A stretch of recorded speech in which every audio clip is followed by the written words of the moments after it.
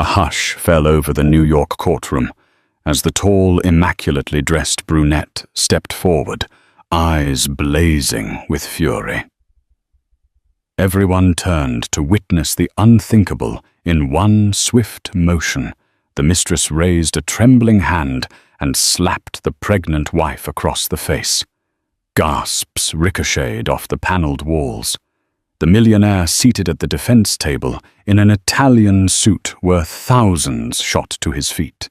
His outstretched arm pointed directly at the mistress, a single startling command on his lips. Little did anyone know this moment would unleash the avalanche of shocking secrets that would change every life in that room forever. James Harrington was a man used to having the world at his fingertips. The son of an influential shipping tycoon, he inherited a sprawling empire that transported goods across continents. At 36, James had lived a privileged life filled with black-tie galas, transatlantic flights in private jets, and influential circles where everyone seemed to know his name. Yet beneath the surface of his meticulously polished shoes lay a restlessness that not even colossal wealth could quell. Lucy Harrington, née Miller, was James's wife. She had grown up modestly in a small town called Roslyn Heights, surrounded by rolling hills and quiet streams. Her mother, Catherine Miller, was a retired school teacher who had single-handedly raised Lucy to be kind, polite, and resourceful. When Lucy first met James at a local charity banquet, where she volunteered serving hors d'oeuvres to the wealthy donors, he was instantly captivated by her gentleness and the contrast of her simple life to his extravagant one. Over the course of that night, Lucy found the courage to share her dreams of building her own interior design brand one day. He found her dreams touching, and she found his self-confidence magnetic. Within months, they were dating, albeit in secret at first, because James's socialite circle frowned upon anything unorthodox. A year later, with Catherine Miller's blessing, James proposed to Lucy in a candlelit restaurant overlooking the Hudson River. For a moment, Lucy couldn't speak. She was overwhelmed with love, feeling like a modern Cinderella, invited into a gilded existence. The wedding that followed was lavish. Celebrities mingled with shipping magnates. CNN's cameras captured Lucy's luminous smile, and tabloids labeled them America's fairy tale couple. But not all storybooks end with happily ever after.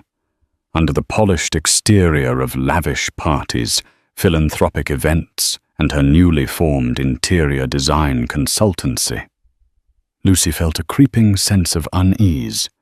James was often away, traveling to Monaco, Shanghai, and Dubai for high-stakes meetings. Even when home, he was caught up in endless calls with corporate attorneys, shipping brokers, and potential new investors. Their once intimate dinners turned into quick bites. The open affection they once shared morphed into polite small talk. Lucy found herself craving not only her husband's attention, but also a genuine sense of belonging in his swirling, high-octane life. And then Lucy discovered she was pregnant. She was overjoyed. At long last, a new chapter of closeness might dawn in their marriage. For a while, there was indeed a sparkle in James's eyes when she told him. He embraced her so tightly that night that she found it difficult to breathe, but she never wanted him to let go.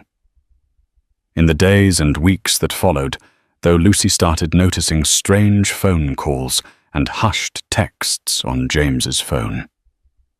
He grew distant again, even more than before. Late business dinners and cancelled weekend getaways became the norm. The rumors trickled in gradually. Close friends, neighbors, and even a cousin in Manhattan tried to warn Lucy that James might be having an affair, but she refused to believe it. He was James Harrington, the man who overcame his family's snobbery to marry a girl from Roslyn Heights, the man who championed her design business with unwavering support. Why would he betray her? Yet her gut told her otherwise. One night, while James was in the shower, Lucy saw a text that flickered across his phone's screen. It was from someone named Delilah.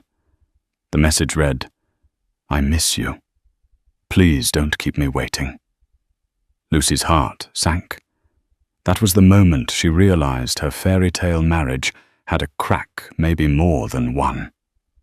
Fear gnawed at her, and an unmistakable sense of foreboding warned her life was about to unravel in ways she never could have imagined. She clenched her stomach, her unborn child's future at stake, and decided she would dig deeper into James's secrets.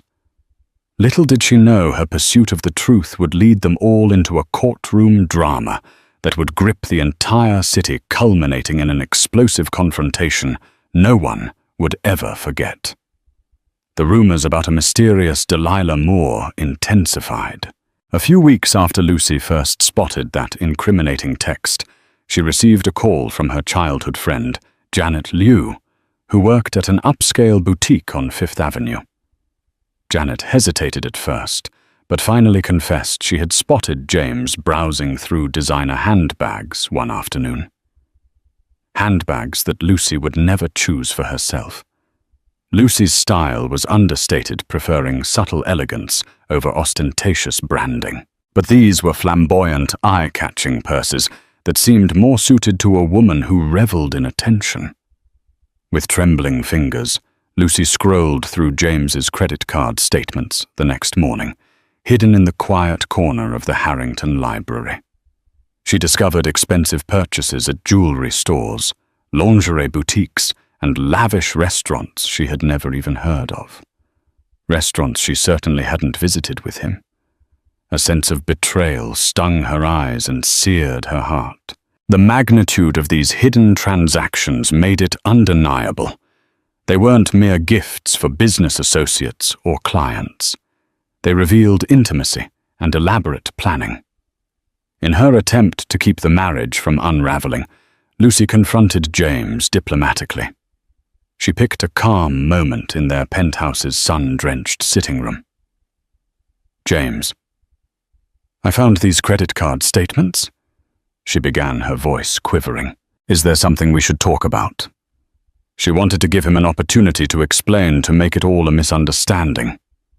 Instead, James turned pale. He fumbled for words, eventually weaving half-baked excuses about corporate entertainment or gifts for high-net-worth clients. But Lucy's eyes, once innocent, now saw only evasiveness and guilt. She walked away, tears glistening, pressing a protective hand to her baby bump. She could no longer sustain the fantasy that everything was fine. Determined to know more, Lucy hired a private investigator through the recommendation of Sarah Davidson, her cousin who lived in the East Village. The investigator, a discreet professional named Peter Gallagher, had been used by other society women in precarious marital situations. He promised Lucy a thorough inquiry, cautioning her be prepared for whatever we uncover.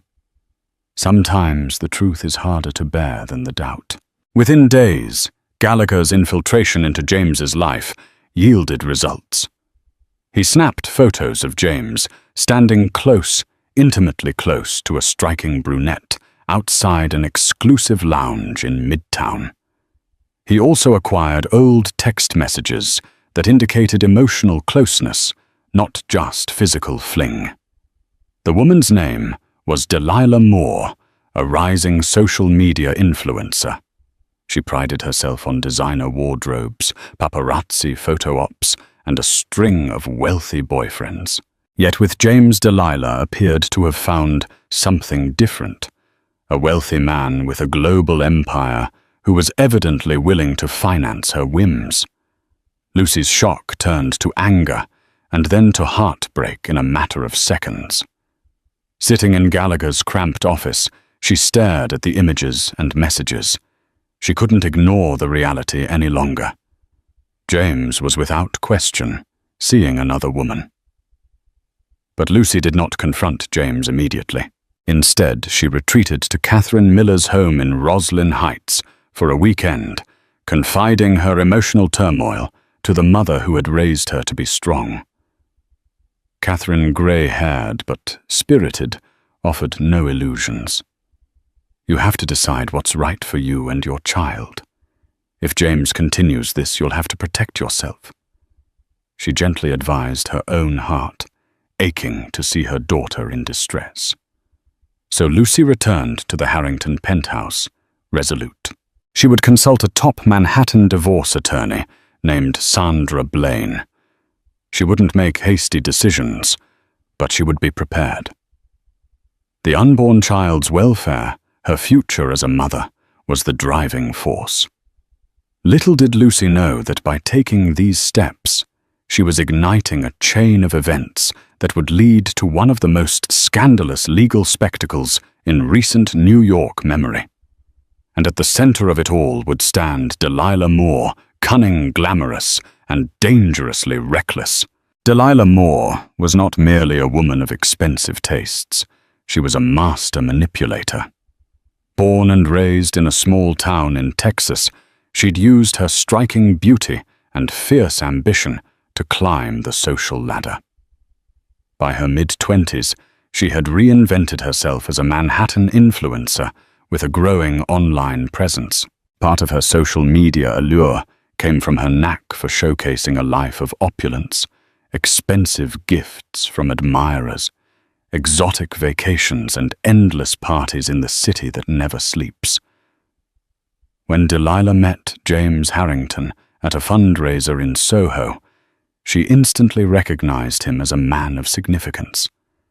There was something about his composure, his aura of confidence, like he owned not just the room, but the entire city. Delilah made it her mission to captivate him, and over the course of several months, her charm offensive paid off. She became the woman he would text at midnight after a tiresome flight, the one he'd sneak away to see for champagne brunches at hidden bistros. James, lonely, jaded, and craving excitement, found himself pulled deeper into Delilah's gravitational field. What started as an impulsive escape soon warped into a precarious entanglement. Delilah understood that Lucy Harrington existed. She saw Lucy as a meek provincial girl who had stumbled into wealth. In private conversations with her close friend and fellow influencer, Natalia West Delilah dismissed Lucy as boring, insisting she didn't have the depth or the spine to maintain a man of James's caliber. In her mind, Lucy was irrelevant, just a step on the ladder that Delilah would soon surpass. She convinced herself that James's fortunes and affections would eventually settle fully upon her. Despite James's reluctance to fully sever ties with his wife, Delilah simply believed that it was just a matter of time, especially once the child was born. But Lucy's pregnancy did gnaw at her. A child meant a tangible bond between husband and wife that could complicate Delilah's ambitions. That internal tug-of-war led Delilah to push James harder for bigger displays of commitment, expensive jewelry, a penthouse of her own grand gestures of loyalty. She posted cryptic photos online, an uncaptioned shot of her hand sporting a new diamond bracelet, or glimpses of James's silhouette to stoke rumors that she was dating someone major. She wanted the world to see that she was more than just another social climber. She wanted Lucy, if she was watching, to feel powerless against her unstoppable rise. James, meanwhile, was stuck in a moral and emotional quagmire. He knew Lucy was pure-hearted, a woman who had always believed in him. But with Delilah, he felt a rush, something that made him feel alive, reckless and unconstrained. The pregnancy complicated everything. He had nightmares about losing Lucy and his reputation. He was cognizant of the possibility that his father, Richard Harrington, might cut him off if news of the affair became public. Not to mention the unspeakable heartbreak it would cause Lucy. Caught between guilt and temptation, James tried to quietly wind down the affair. Delilah, however, refused to be discarded. She launched into emotional tirades, threatened to expose him through her massive social media platforms, and would sometimes vanish for days, only to reappear dramatically sobbing at his office. In a moment of weakness, James offered to pay her a monthly allowance to keep matters discreet. Delilah, always strategic, accepted. This only bound him tighter to her manipulations, and she continued to reel him in whenever he drifted away. Eventually, Lucy's careful steps toward a divorce and her top-notch lawyer, Sandra Blaine, came to Delilah's attention. It was a development that should have thrilled Delilah. Lucy's legal moves seemingly spelled the end of the marriage. Yet the mistress felt threatened in a new way. She feared that Lucy, by divorcing James, might secure a massive settlement that would leave Delilah with only scraps of the Harrington fortune. In short, Delilah believed she had to act boldly, possibly even sabotage Lucy to secure her position. But no one could have predicted how far she would go, or that the final battle line would be drawn in a public courtroom with the world watching and Lucy carrying James's unborn child. Lucy's next steps were methodical.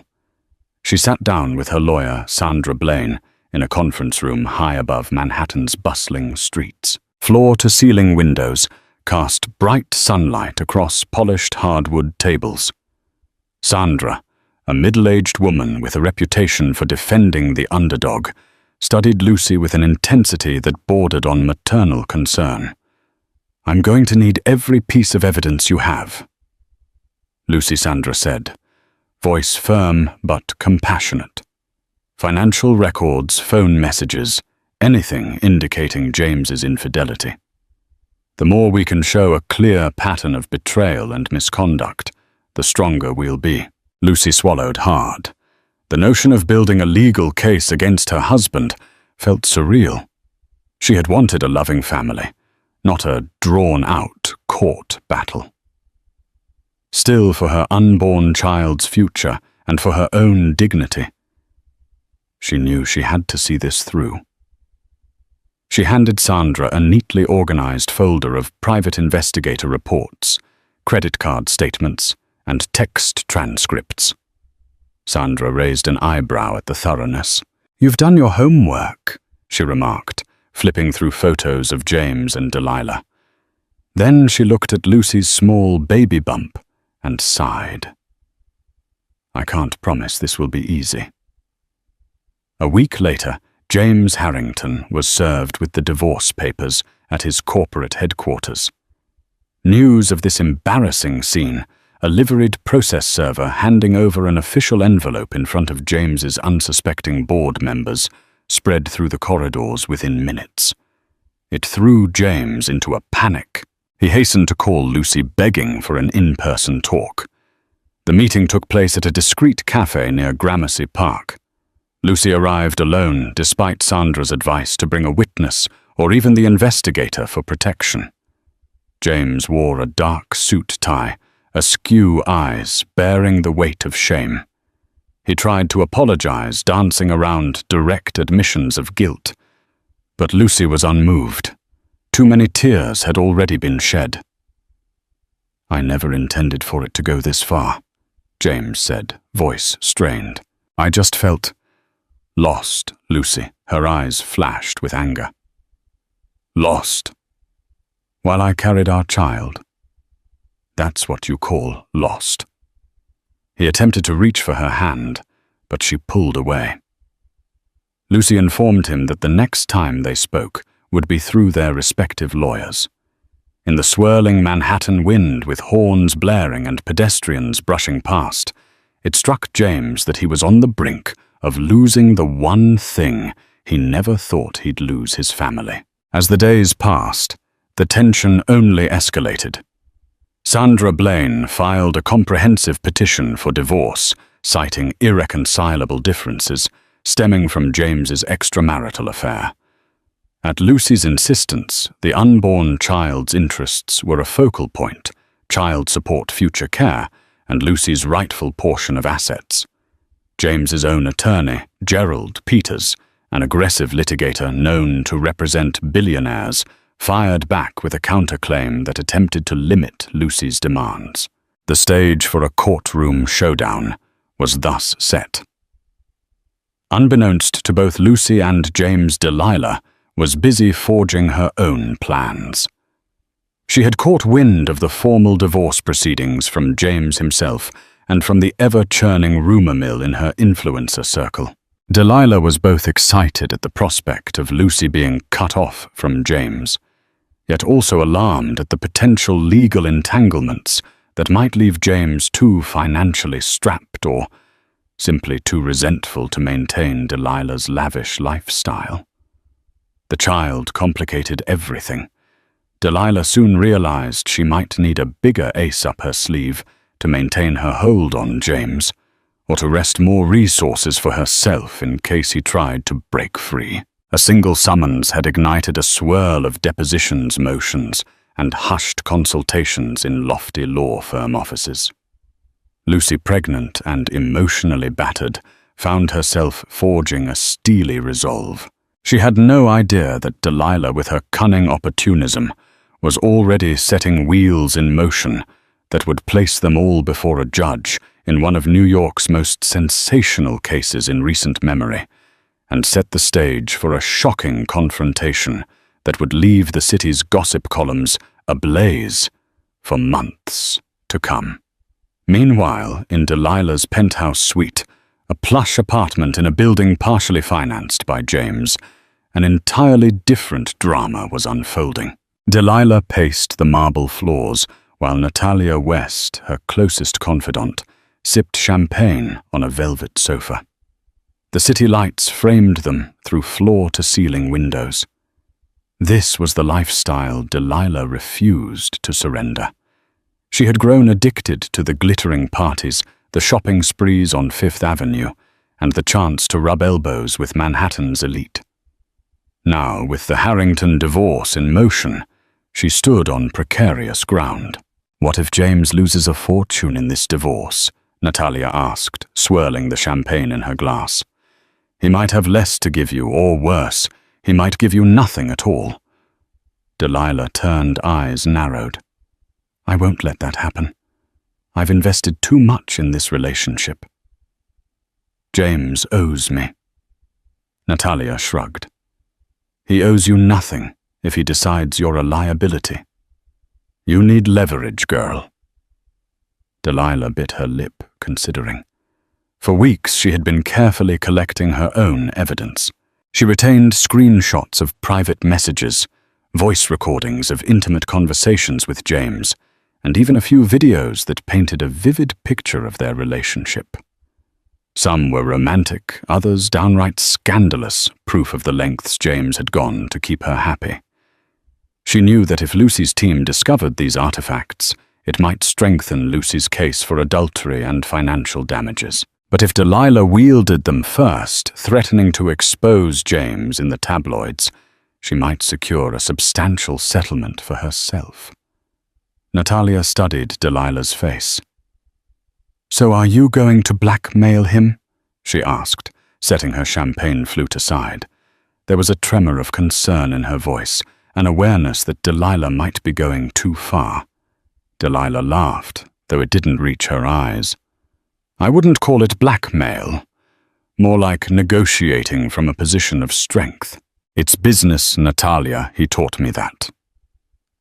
Yet Delilah's plan extended beyond mere financial extortion. She was deeply jealous of Lucy's pregnancy. In her mind, Lucy's baby was a trump card that guaranteed Lucy a permanent place in James's life and possibly a substantial chunk of his empire. Delilah wanted to disrupt that advantage. She began to devise a scheme that involved painting Lucy as emotionally unstable, perhaps even unfit to raise a child. If she could prove Lucy was an unsteady partner, maybe the courts would view Lucy's claims less favorably.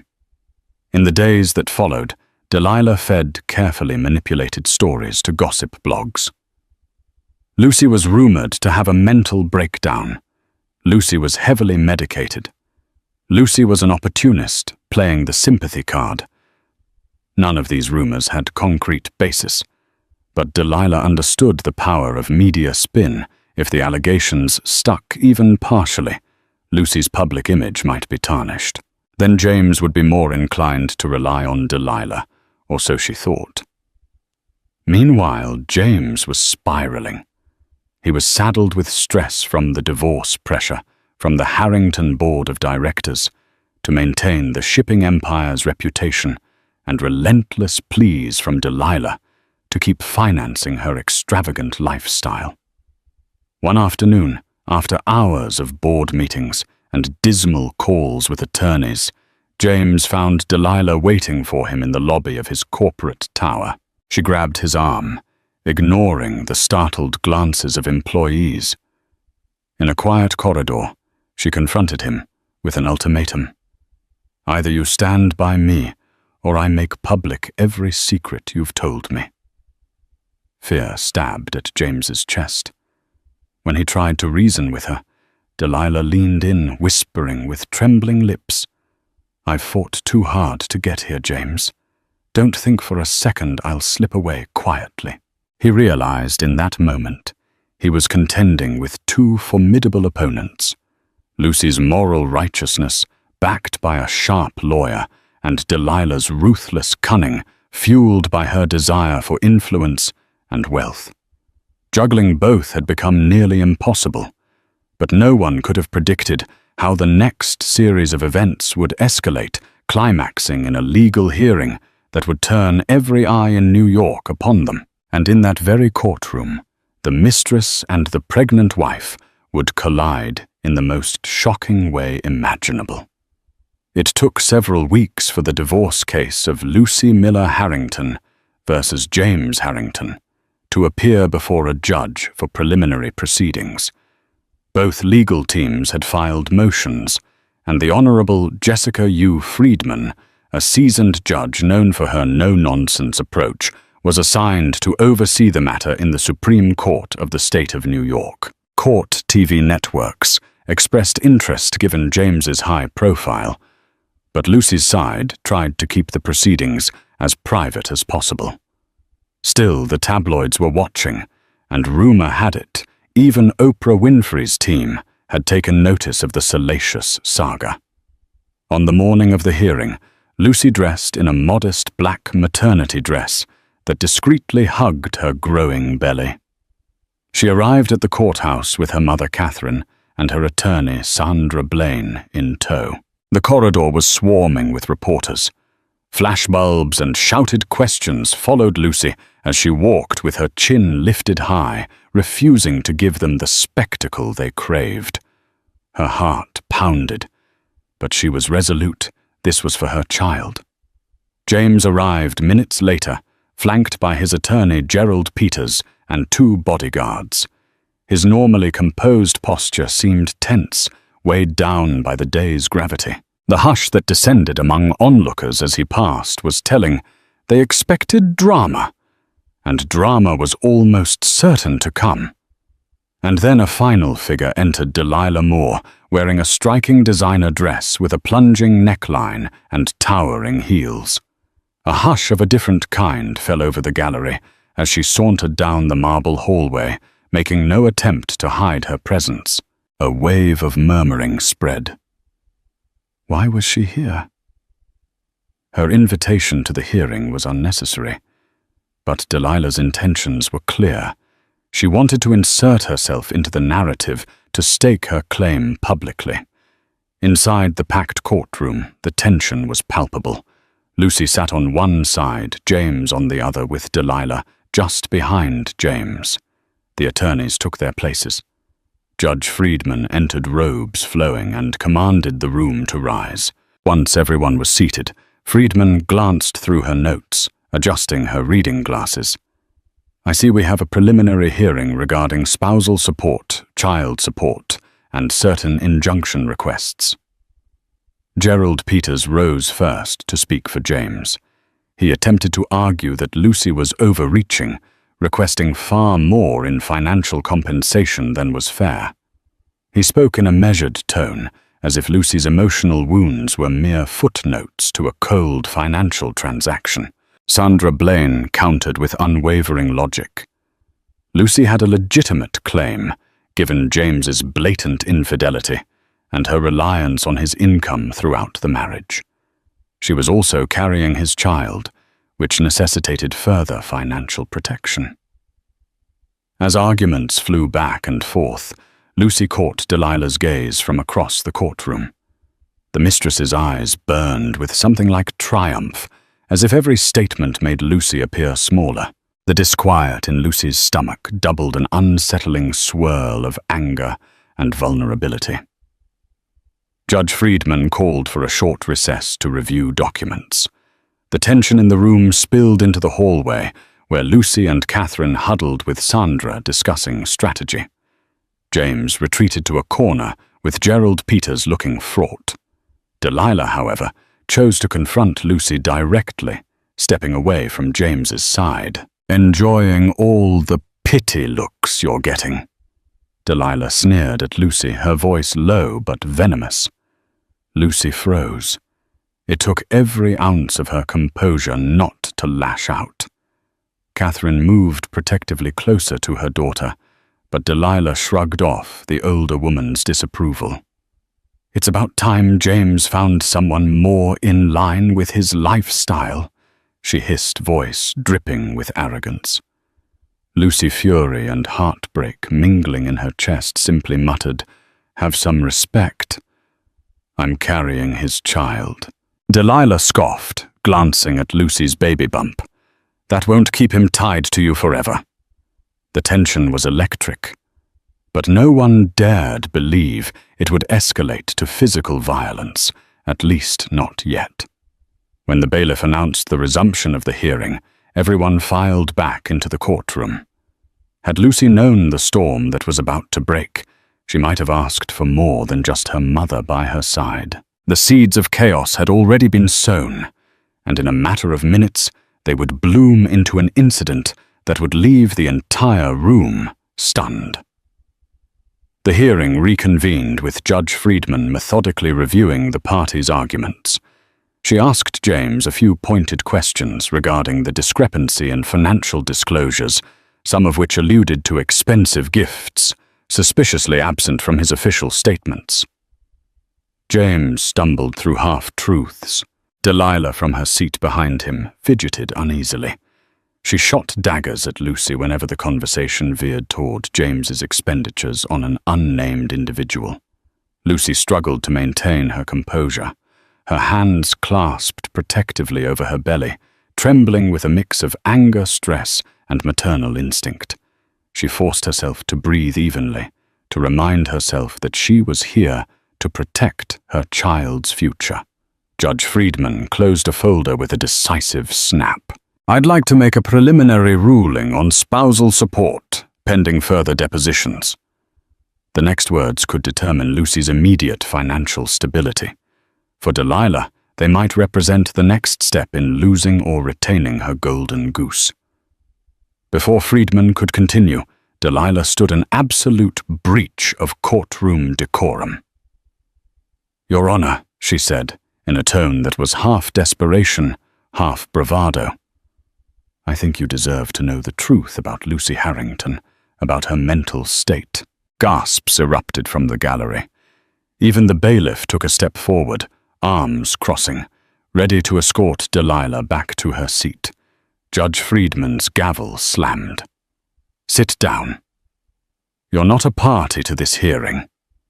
Another outburst and I'll hold you in contempt," she warned, eyes flashing with authority. But Delilah, either emboldened by her own indignation or high on adrenaline, ignored the order. "Lucy doesn't deserve a dime," she hissed, now pointing a manicured nail at the pregnant wife. "She's been emotionally manipulating James for years." Using this child as leverage to Friedman, banged the gavel again. "Order bailiff, remove Ms." That was when Lucy, driven to the breaking point, rose from her seat. "How dare you?" she said, her voice shaking. She gripped the edge of the table for balance. "I've loved James since before he was showering women like you with gifts. I was with him when she never finished." In a blinding, shocking moment, Delilah lunged forward, crossing the short distance between them. Her open palm cracked across Lucy's cheek. The impact was so sharp that the entire courtroom seemed to gasp in unison. The pregnant wife staggered backward, nearly losing her balance, instinctively pressing a hand to her face. Chaos broke out instantly.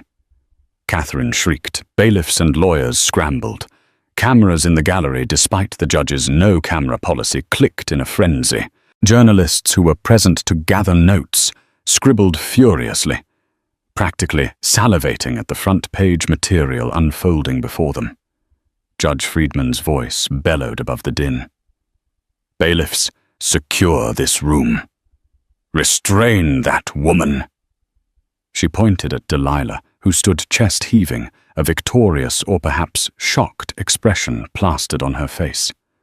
Lucy's tearful eyes locked on Delilah, a ripple of protective rage coursing through her. Her cheek burned from the assault, but her hands instinctively cradled her abdomen, terrified that the shock might harm her unborn baby. Before anyone could drag Delilah away, James vaulted out of his chair. His face had turned a ghastly pale. With trembling fingers, he pointed at Delilah and roared, "Enough! Don't you ever touch my wife again!" His words rang out like thunder. Everyone froze as if the scene had turned to stone. James's authority, a hallmark of his business dealings, surfaced in a visceral, terrifying way. Delilah's bravado appeared to evaporate under his glare. For a fleeting moment, Lucy glimpsed the James she once knew, the protective partner who had pledged to love and cherish her. But the entire tableau reeked of tragedy. Lucy was battered, Delilah was raging, and James was stuck in between a once powerful man, undone by his own choices. With adrenaline still pounding in everyone's veins, bailiffs finally subdued Delilah. Judge Friedman ordered the courtroom cleared, reporters ushered out. In an instant, the hearing devolved into chaos, overshadowed by the scandalous physical assault. And the city would soon buzz with the news, "Mistress slaps pregnant wife in court." But then the millionaire stands and points at her. The tabloids would feast on this event for days, twisting every angle, while Lucy James and Delilah faced the aftermath of a line crossed one that might never be uncrossed. The courtroom melee triggered a domino effect of repercussions. Within hours, headlines blared across major outlets and social media. Harrington Court brawl, mistress attacks pregnant wife. News anchors on local stations dissected every second of the incident, and the footage, though partially banned from official recording, somehow leaked online via a smartphone video. The internet erupted with commentary. Most were sympathetic to Lucy, condemning Delilah's brazen violence. Others questioned James's moral character, and a smaller faction, likely spurred by Delilah's own influencer fans, argued Lucy must have provoked her. Judge Friedman, outraged by the disruption to her courtroom, scheduled a follow-up hearing. This time it would not just be a divorce proceeding, but also a contempt of court hearing for Delilah Moore. She might face criminal charges for assault. The seriousness of the situation left James in a panic. No matter how he tried to distance himself from Delilah's actions, the public associated her with him. Investors in his shipping empire expressed concern. The board members murmured in private about a potential scandal that could harm the company's reputation and share value. Some demanded James relinquish certain powers until the situation stabilized. In her penthouse, Delilah tried to spin the narrative to her advantage. She posted an emotional video to her social media accounts, her mascara artfully smudged, claiming she had been pushed to her limits by Lucy's alleged verbal harassment. Many viewers saw through the facade. Major media outlets invited her for exclusive interviews, but after conferring with her attorney, she declined, aware that any public statement could further incriminate her. Yet she continued to direct message influential gossip bloggers, feeding them half-truths and personal claims that Lucy was a gold digger, an unfit mother hoping to tarnish Lucy's credibility. Lucy, meanwhile, found herself suffering panic attacks. Every day brought fresh harassment from reporters camping outside her penthouse lobby. She worried endlessly about her unborn child's well-being. The stress manifested in sleepless nights, her appetite vanished, and Catherine Miller tried her best to provide maternal comfort. Doctors warned Lucy to avoid stress for the baby's sake. But how to avoid stress? When the entire world buzzed about her life's most intimate betrayals. Sandra Blaine guided Lucy through the legal labyrinth. They filed restraining orders against Delilah, demanded immediate spousal support, and emphasized Lucy's need for a stable environment in her pregnancy. Judge Friedman, incensed by Delilah's courtroom violence, granted Lucy protective orders, effectively barring Delilah from contacting her or getting within 500 feet without risking arrest. The preliminary hearing for the divorce was postponed until after the assault case concluded. Lucy's face, bruised in spirit, if not physically marked, became emblematic of a woman scorned, yet determined to stand up for herself. Behind the scenes, James wrestled with deep guilt. He tried visiting Lucy's penthouse to apologize, to beg forgiveness, to show some form of contrition. Lucy refused to see him. Sandra's stance was simple. Until the hearing is over, any contact must go through me. Catherine added her voice. You've done enough damage. Leave her alone. James complied, but felt strangely relieved when Lucy refused him. He was forced to confront the emptiness in his life that no amount of luxury could fill. Late at night, he found himself alone in the Harrington Mansion library, staring at old photo albums from simpler times. He recalled Lucy's radiant smile, remembered how she'd gently dab away his worry lines after a stressful day. The affair with Delilah now seemed like a hollow pursuit of excitement. He realized, perhaps too late, that what he truly craved was Lucy's unwavering warmth, a warmth he might never feel again. As for Delilah, the circle of her once loyal fans started to shrink. Sponsors pulled out of deals and a few brand collaborations paused their contracts until her legal issues were resolved. She raged privately, hurling crystal vases and designer shoes across her penthouse suite. In a moment of desperation, she called James's phone repeatedly. He stopped answering. She turned to her attorneys, demanding a strategy that would keep her out of jail and salvage her image. Still, no legal maneuver could fully erase the public spectacle of her slapping a pregnant woman in open court. A swirling sense of destiny hovered in the air. Another showdown loomed, and each character braced for a new confrontation, one that could either redeem them or seal their fate forever. 2 weeks later, Judge Friedman convened a closed hearing to address the assault charges and to move forward with Lucy's divorce proceedings. The fiasco had garnered too much media frenzy, so Friedman insisted on minimal attendance, the parties their attorneys, and a small security detail. In an unusual step, Friedman granted Lucy's request to have her mother Catherine present for emotional support, given Lucy's advanced pregnancy and the trauma inflicted upon her. The tension was thick enough to cut with a knife as Lucy and her team entered the courtroom. James was already there, shoulders slumped. Delilah sat a few rows behind him, her usual flare, subdued eyes darting anxiously. She wore a simple dress, presumably to appear more demure in the judge's eyes. Her lawyer, Ellis McKnight, whispered instructions, reminding her to maintain composure. When Friedman took the bench, the gavel's echo resounded. She wasted no time. "More, you stand accused of contempt of court and assault." "How do you plead?" Delilah's attorney quickly interjected. "Not guilty, Your Honor." She acted in self-defense after being antagonized. Lucy's jaw tightened. Self-defense.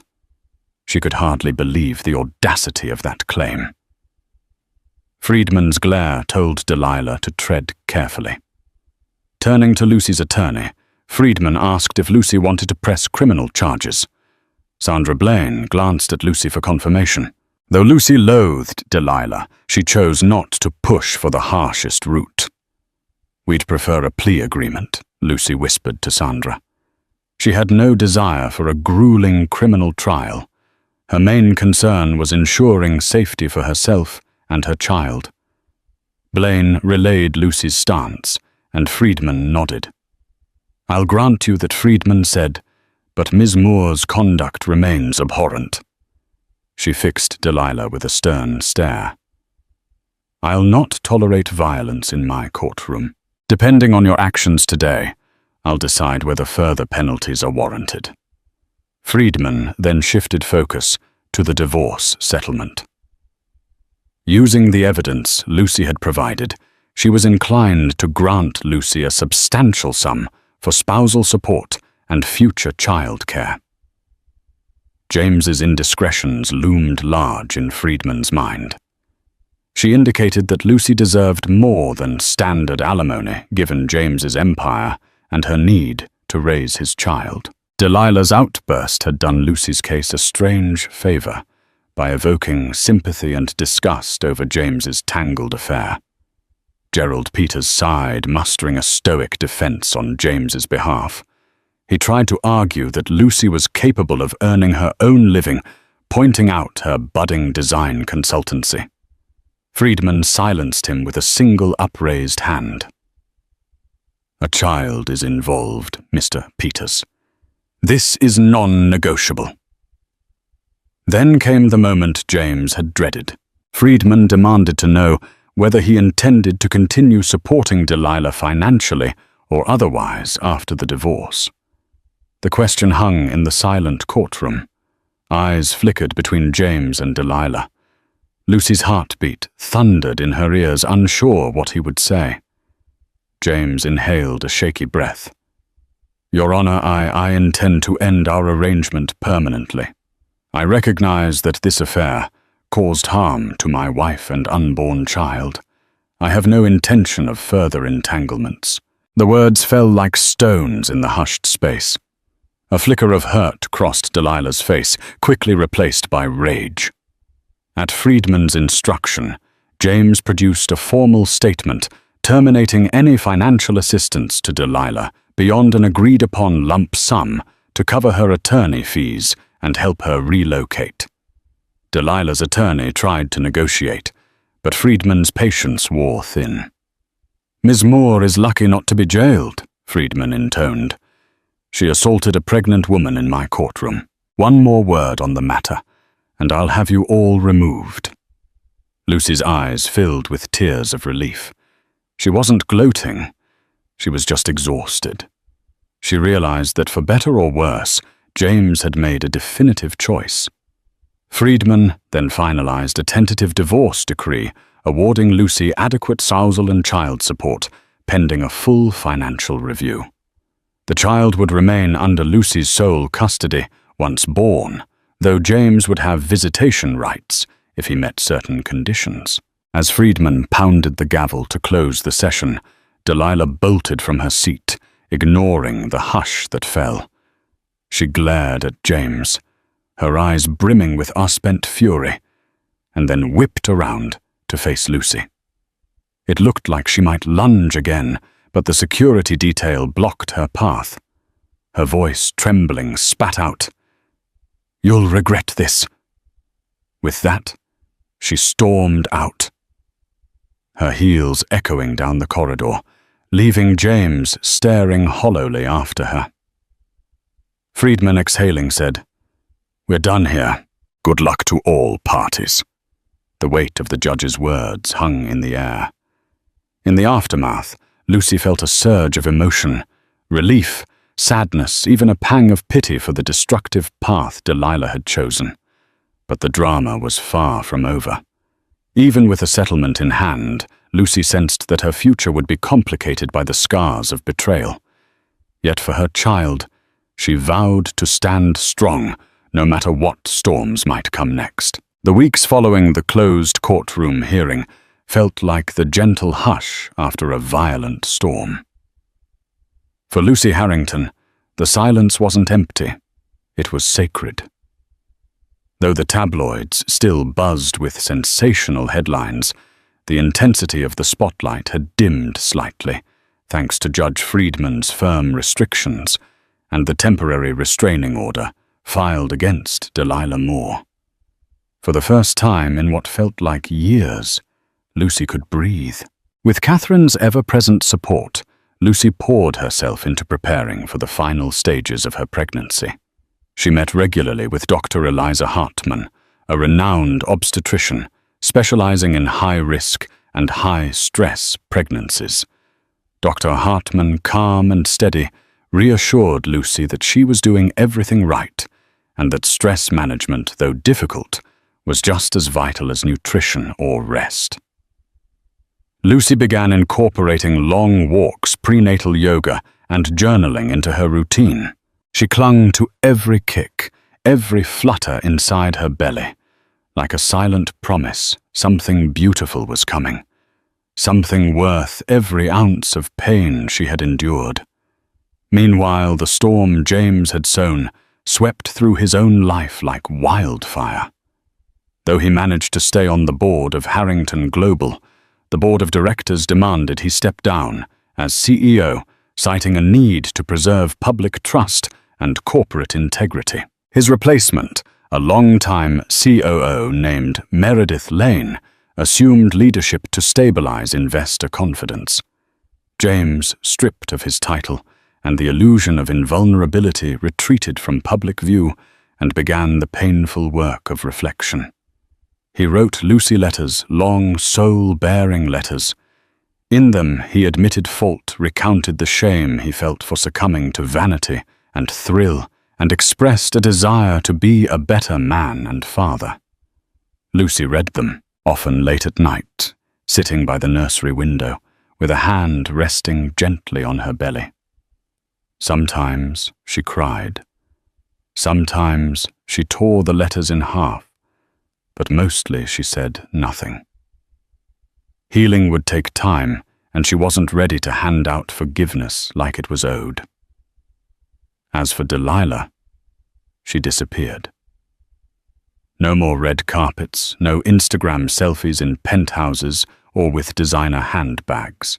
Whispers in the city suggested she fled to Los Angeles, trying to reboot her brand in smaller influencer circles.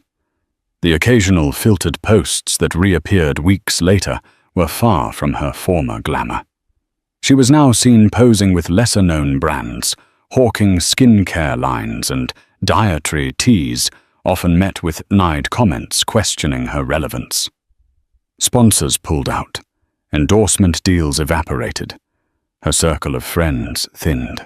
The once rising socialite had been knocked from her pedestal, and not even the most artful PR spin could resurrect her fallen star. Back in Roslyn Heights, Lucy found solace in the familiar. She spent most of her days in the Miller home, where Catherine brewed calming teas and played soft classical music through the speakers. Lucy transformed the guest room into a nursery painted in soothing pastels, mint green and soft pink, with hand-picked stencils of stars and clouds.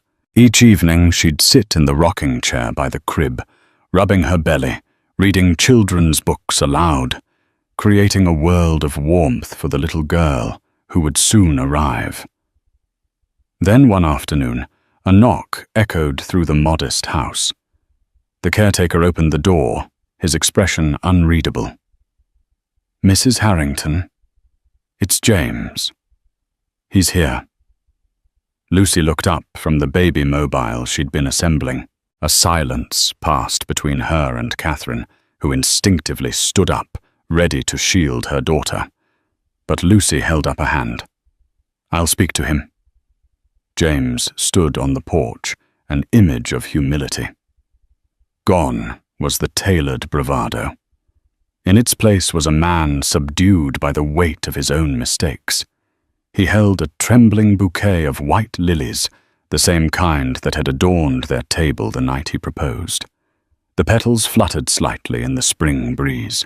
"I'm sorry for just showing up," he said, voice thick. "I know I've lost any right to expect kindness. I just wanted to make sure you were okay." Lucy's heart stirred. Not with forgiveness, not yet, but with memory.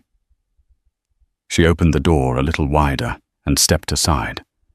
They sat in the living room, where so many conversations had once centered around hope and dreams. Now the air was heavy with everything left unsaid. "I've set up a fund," James said carefully. "Separate from the settlement. I wanted to make sure you and the baby had everything you need, whether or not I'm involved." Lucy stared into the fireless hearth. "That's generous," she said, her tone unreadable. James continued, faltering.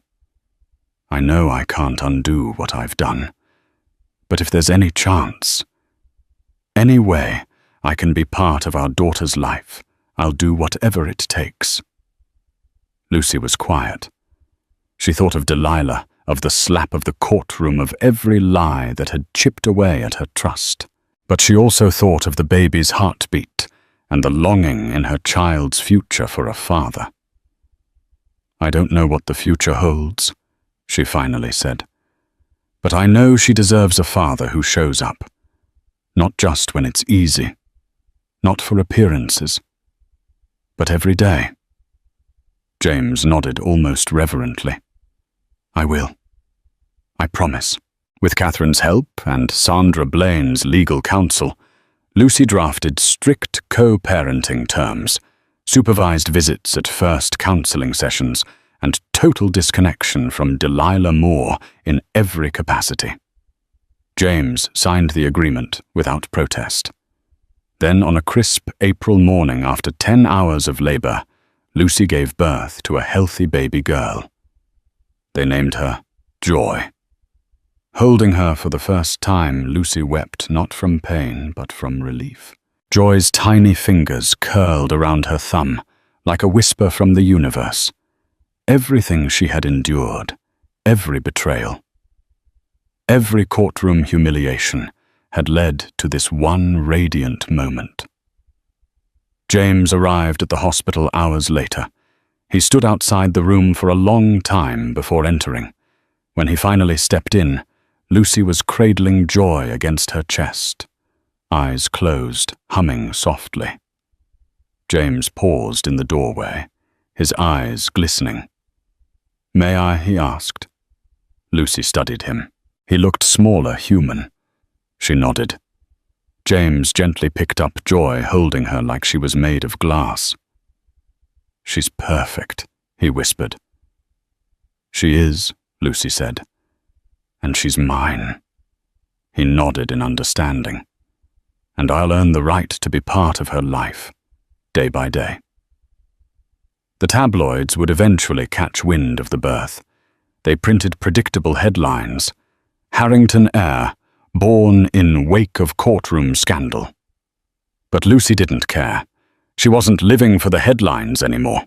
She was living for joy. Outside, the cherry blossoms in Roslyn Heights had begun to bloom. Spring had arrived not in grand gestures, but in small mercies. A baby's cry, a mother's heartbeat, and a new chapter blooming slowly, beautifully. For Lucy, this wasn't a return to fairy tales. It was the beginning of a new kind of story, one forged in truth, pain, resilience, and unconditional love. A story where she and only she held the pen, as dawn broke on a new chapter for Lucy and her baby girl. The echoes of that fateful courtroom slap gradually faded, but its lessons remained. Sometimes love is tested in the most brutal ways, and not all hearts that break can be mended. James, chastened and humbled, resolved to earn trust anew step by careful step. Delilah, once a rising star, became an uneasy reminder that ambition without compassion inevitably spirals into self-destruction. And Lucy, her heart scarred yet steadfast, discovered a wellspring of inner strength she never knew she had. If this story touched you, share it with someone who needs a reminder that life can hand us storms, but we carry the power to find the rainbow afterward. Like, subscribe, and spread this story so others may witness the resilience of a mother's love and the moral reckoning that awaits those who underestimate it. Your support keeps these real-life dramas alive. Imagine you're sipping champagne in a gilded penthouse living room where the city lights stretch out like scattered diamonds below. Music pulses softly, laughter floats through the air. And at the heart of this opulent setting stands billionaire investor Liam Rothschild, grinning from ear to ear beside a stunning woman who is most definitely not his wife. Tonight, secrets are whispered, boundaries are crossed, and betrayal gleams like gold. But the real bombshell is about to drop, wrapped in two shocking words that will shake Liam's fortress of money and power to its core. This is the story of a lifetime. Brace yourself. Golden sunbeams filtered through the floor-to-ceiling windows of the exclusive Rothschild penthouse overlooking Central Park. Liam Rothschild, heir to an old banking fortune and a revered venture capitalist, often bragged to his circle an eclectic mix of celebrities, business moguls, and even a few political figures that he woke each morning to the world at his feet. Indeed, from his vantage point in Manhattan's most prestigious address, the world did seem small, or at least easily purchased. Liam thrived under these conditions. He'd grown up in a strict household with an overbearing father, Wilson Rothschild, whose philanthropic pursuits were legendary. Wilson's donations to medical research institutes and environmental conservation efforts had garnered mention on talk shows. Larry King once joked that Wilson Rothschild was trying to buy our planet back from catastrophe. Young Liam watched, studied, and eventually rebelled, determined to make a name for himself outside of his father's philanthropic shadow.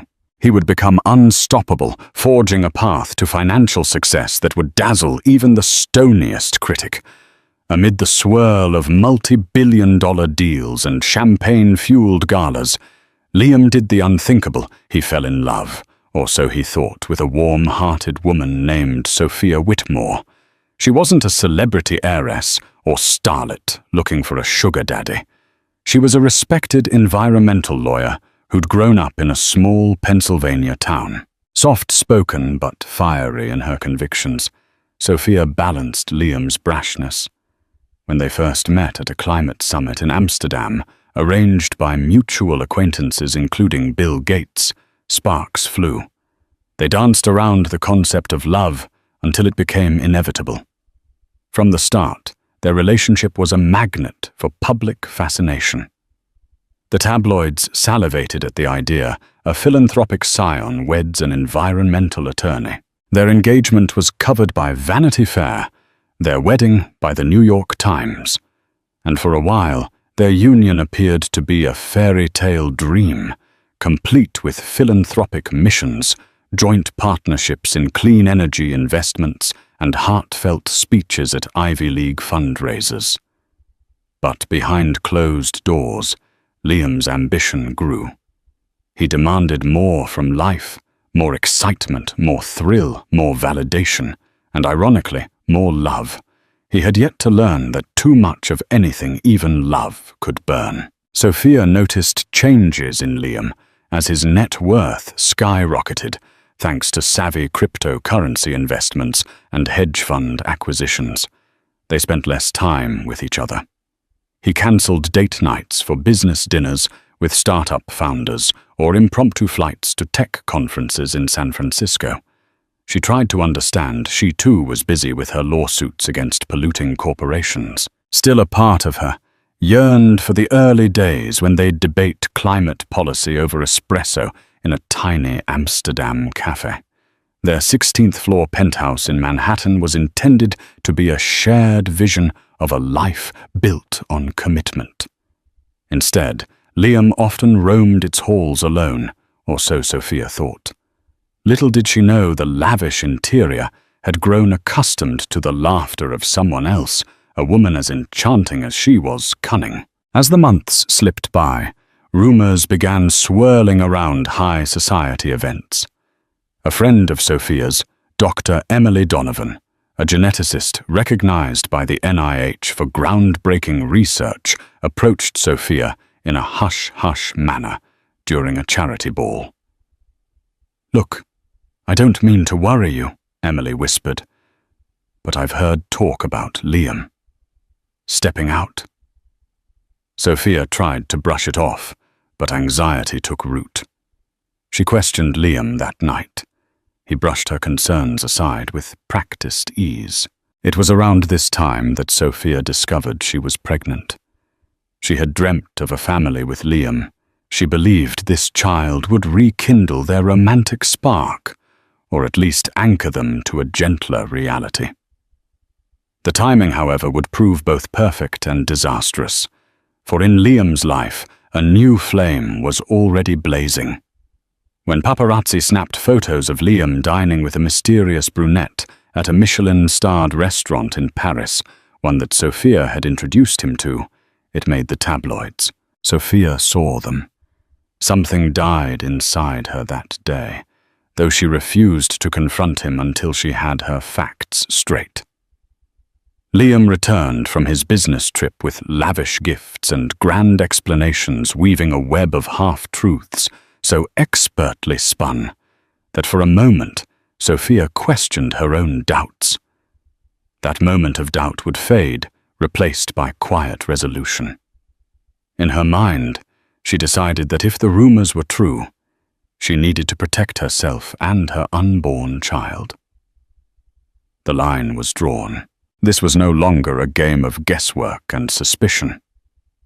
Soon enough, an unassuming name entered the conversation: Camilla Deschamps, a former model turned influencer who'd once graced the cover of Vogue. She was known for her flamboyant presence on Instagram and for some minor controversies that sparked internet debates, like endorsing questionable deities and allegedly plagiarizing philanthropic announcements from more reputable charities.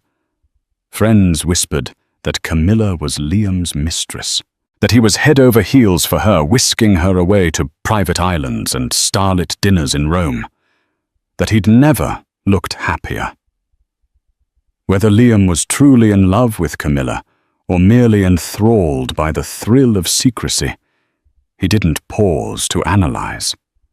He saw in her a reflection of his own hunger for constant attention, for risk, for validation. Meanwhile, Camilla recognized in him an endless fountain of wealth, a man she could manipulate with well-placed flattery and tantalizing escapades. They were in many ways perfect for each other, at least for a season. Back in New York, Sophia had no intention of being the clueless wife. She listened to her gut, gathered evidence, and made plans. A single call to her old friend, Detective Elias Montgomery of the NYPD, who'd previously assisted with security during one of Liam's high-profile benefits, opened the door to a quiet personal investigation. She wanted facts where Liam went, who he was with, and what he was doing. Elias was reluctant at first, but eventually agreed out of sympathy for Sophia. Within weeks, the truth was undeniable. Photographs of Liam and Camilla at the Penthouse Arms, entwined lips locked, told the whole story. Tears, heartbreak, disbelief.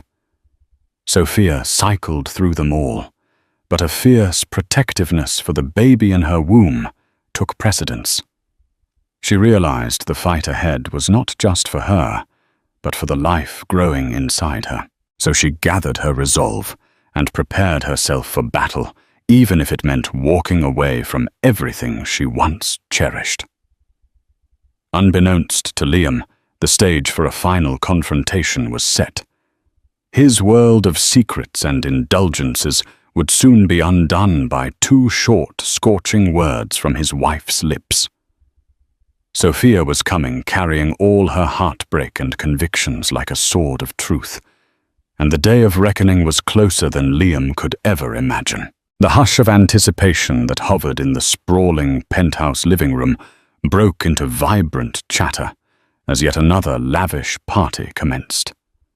Liam sat on a velvet couch, swirling a glass of Louis Roederer Cristal in one hand, while Camilla Deschamps hovered close, her laugh tinkling like wind chimes.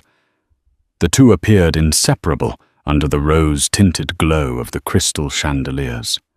Soft jazz played in the background, merging with the hum of idle gossip shared among the glittering guests. Among the invitees were a handful of noteworthy faces. Actor George Clooney had once attended such gatherings, though he now mostly skipped them. Real estate tycoon Tony Huang mingled near the balcony, occasionally checking his phone for updates on a deal in Shanghai. Art curator Yvette Belmondo admired the custom paintings that adorned Liam's walls. And there at the center stood Liam and Camilla, a hush forming around them as if they were the main event. Camilla looked like she had stepped right out of an editorial spread, raven-haired, willowy figure wearing a designer gown that dripped with sequins and clung to her every curve. Men noticed her. Women envied and whispered about her, especially those who recognized her from social media. Rumor had it that she was set to launch a new skincare line in collaboration with a top-tier cosmetics brand. The details sounded suspiciously vague, but in the presence of wealth, such illusions thrived. Standing with them was an old friend of Liam's from his hedge fund days, Marcus Langley, who introduced Camilla as Liam's close companion. The phrase hung awkwardly in the air, but the three of them chuckled, glossing over the unspoken truth that she was, in fact, Liam's mistress. The conversation soon shifted to business, new investment strategies, startup buyouts in Silicon Valley, and a hush-hush discussion about the next big IPO. Through it all, Camilla beamed and nodded her mind, clearly more focused on Liam's attentions than the intricacies of venture capital. That night, Liam felt intoxicated by Camilla's presence. All reservations melted away in the heat of her gaze. There was no talk of Sophia, and certainly no mention of the child growing inside her.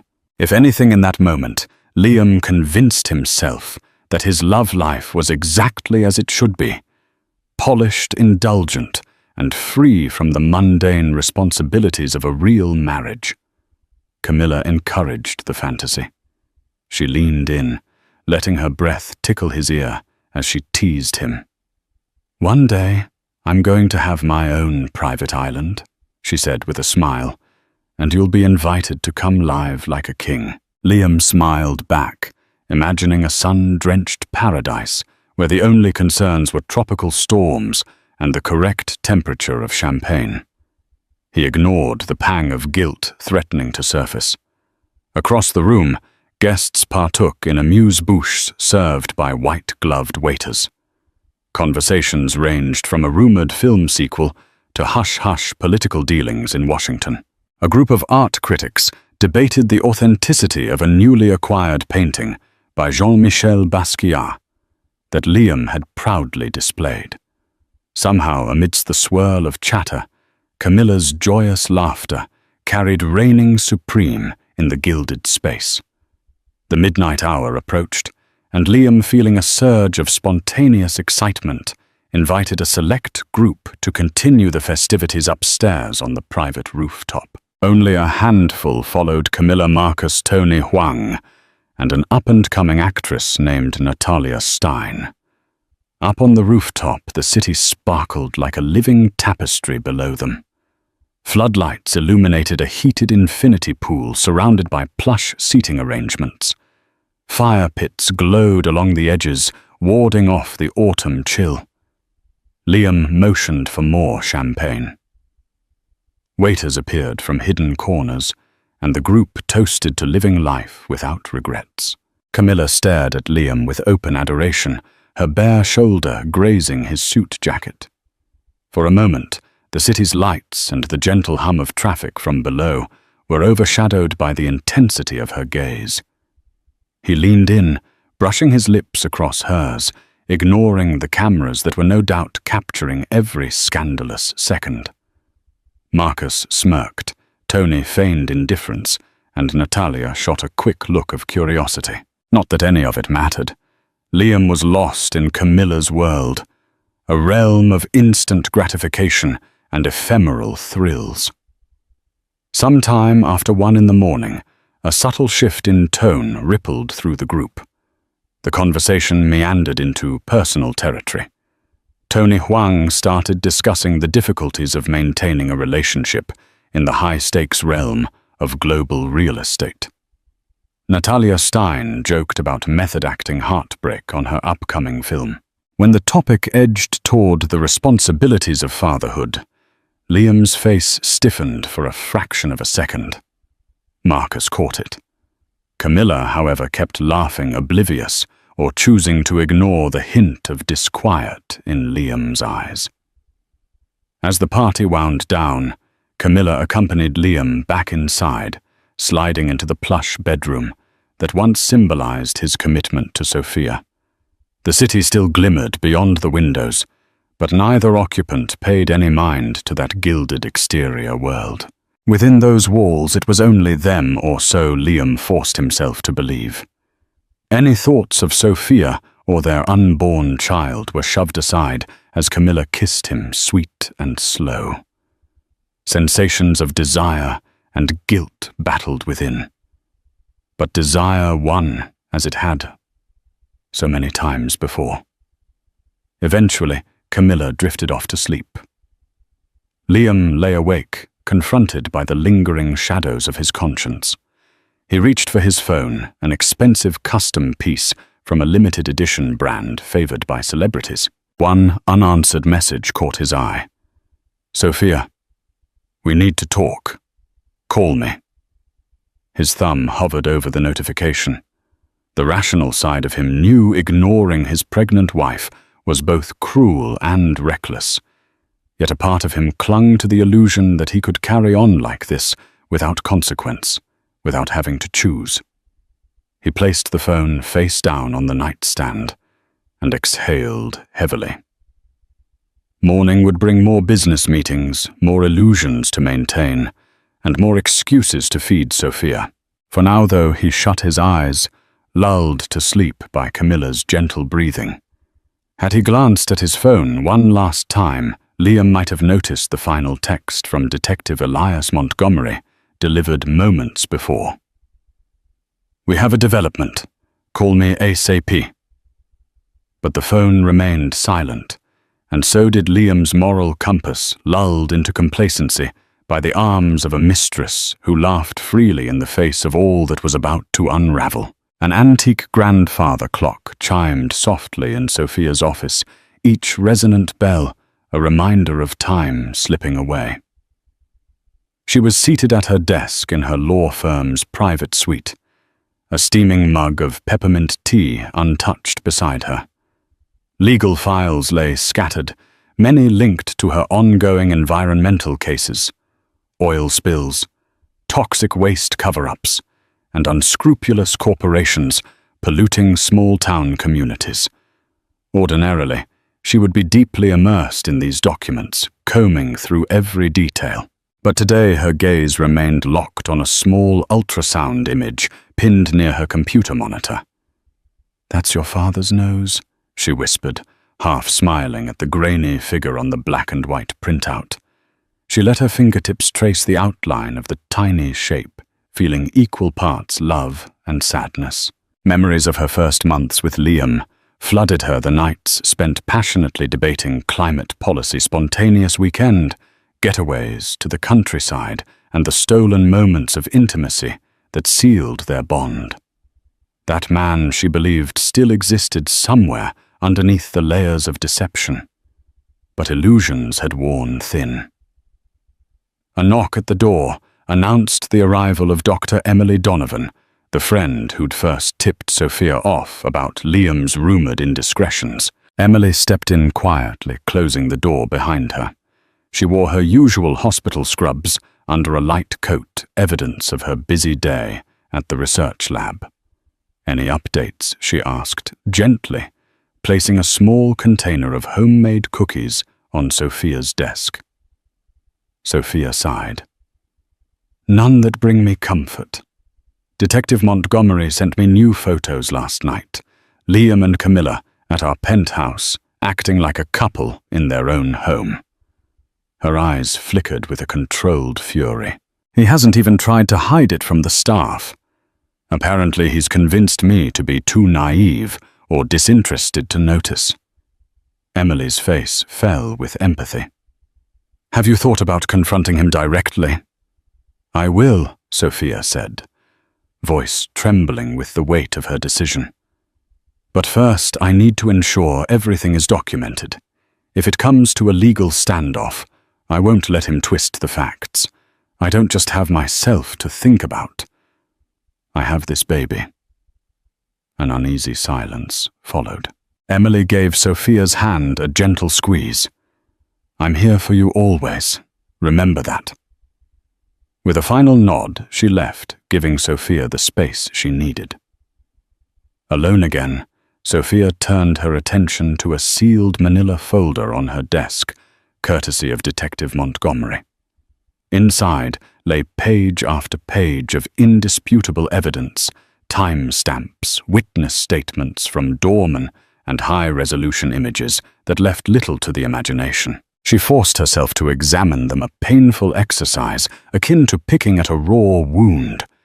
Each revelation confirmed that the Liam she once knew was gone, or had at least lost himself in a fantasy that shattered their vows. Despite the heartbreak, Sophia felt an unexpected surge of clarity. She was no stranger to high-pressure situations, having battled multi-million-dollar corporations in court. Now her personal life had become the ultimate high-stakes case, and she was determined not to lose. Pushing aside tears, she began organizing the documents into categories: dates, financial expenditures, potential witnesses, and more. She wanted no loose ends. In that moment, her phone rang. The caller ID read, Detective Montgomery. She picked up immediately. "Hey, Elias," she answered, trying to steady her voice. "Sophia," he said, voice brisk. "I have more information. I've been digging into Camilla Deschamps' background. She's not just some gold digger. She's ambitious, worked her way into the modeling world. Had a few flings with high-profile men, some hush-hush NDAs, and a string of lawsuits she initiated for defamation or alleged abuse. She usually walked away with some settlement. She's cunning, and if she's latched on to Liam, you better brace yourself. She's not going to let go easily." Sophia closed her eyes. "I had a feeling. Thank you for the heads up. The way I see it," Elias continued, "she's already playing the long game. You need to be prepared for anything. Trust me, I am." She paused. "Any sign that Liam might suspect you've been following him?"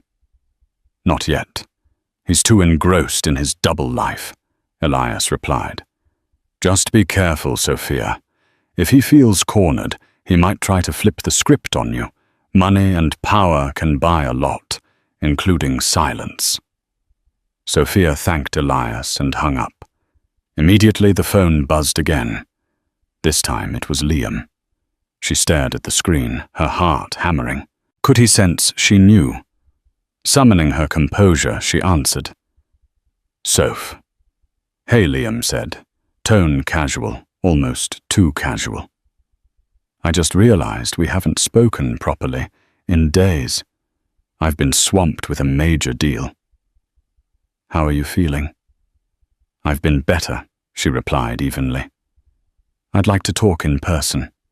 Can you come home tonight?" A small hesitation. "Tonight might be tough. I've got some out-of-town investors stopping by.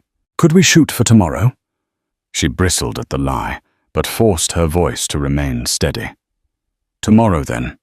I'll see you at home for dinner." "Sure thing," Liam said. Then hesitated. "I love you." Sophia swallowed tears threatening to erupt. "Goodbye, Liam." She ended the call, ignoring the guilt that bubbled inside her for not returning his phrase of affection. Once again, she was alone in her office. Here, the ultrasound image seemed to call out to her, reminding her of the future she had to protect.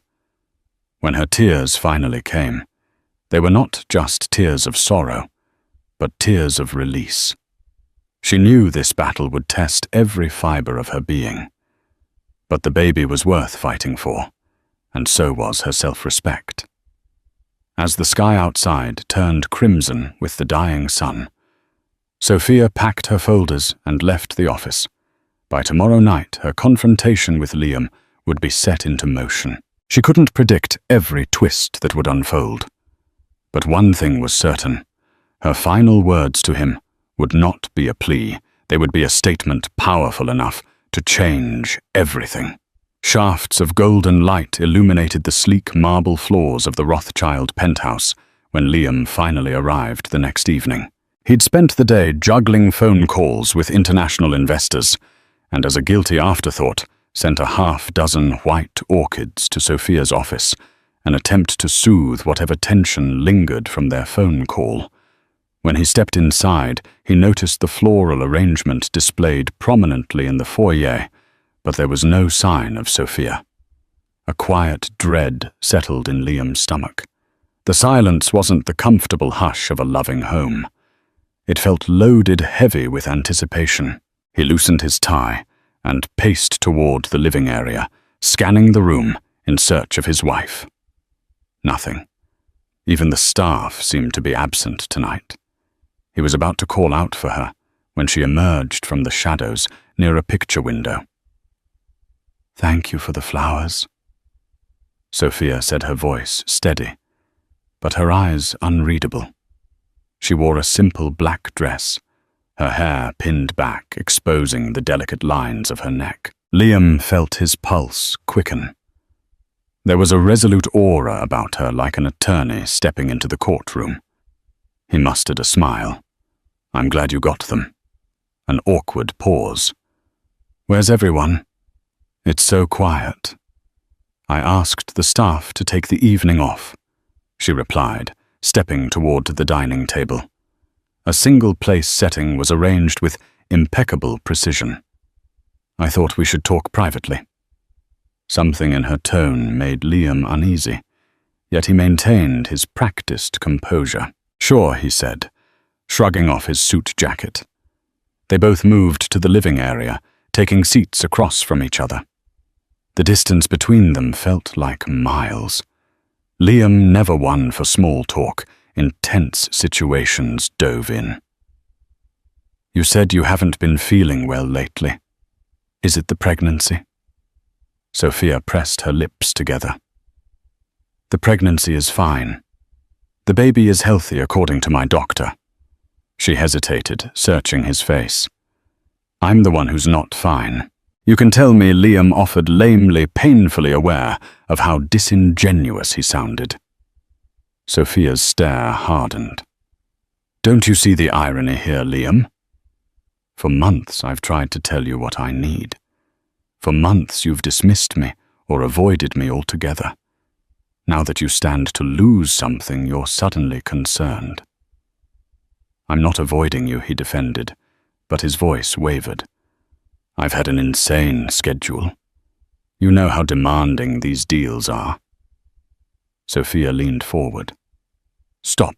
Just stop pretending. She reached for a folder on the coffee table. I have evidence photos of you and Camilla Deschamps, records of your meetups the nights you brought her here, even statements from our doorman and staff. She tossed the folder onto the cushion beside him. Liam's face went pale. Sophia. I don't insult me with more lies, she interrupted, tears shining in her eyes. I'm carrying your child, Liam, and you've been flaunting another woman in our home. Desperation flared inside him. It's complicated. I never meant to hurt you. It just happened. It didn't just happen, she retorted. Voice cracking, you made a choice repeatedly. This isn't a one-time mistake. You systematically betrayed me. A war of emotions raged across Liam's face. Anger, guilt, shame, and even a flicker of arrogance. I never said our marriage was perfect, he attempted. We both have demanding careers. We drifted apart, and Camilla. She made me feel alive again. It was a pathetic explanation, and they both knew it. Sophia laughed bitterly. Alive. Yes. While I dealt with morning sickness, doctor appointments, and the stress of running an environmental lawsuit, you ran off to find your excitement in a younger woman. Congratulations, Liam. You found your happiness. She gathered herself, standing abruptly. But don't assume I'll roll over and let you toss me aside. Not this time. He stood as well, breath coming in shallow bursts. I wasn't tossing you aside. This is your home. He fumbled for the right words. I still love you, Sophia. She shook her head, her voice dropping to a near whisper. You can't love me if you've done this. A tense quiet filled the space. Outside the city glimmered under the descending sun, unaware of the domestic battle raging within the penthouse walls. Finally, Liam approached her carefully as though worried she might shatter. What do you want from me? He asked, voice tight. I'll do anything. We can fix this. Can we? She challenged, tears streaming down her face. Or will you just run back to her? The next time you need a rush. He swallowed. I'll end it with Camilla. Right now, if that's what you want. I'll call her. I'll do anything. Just, please don't give up on us. Sophia studied him, her eyes filled with hurt and something else, determination.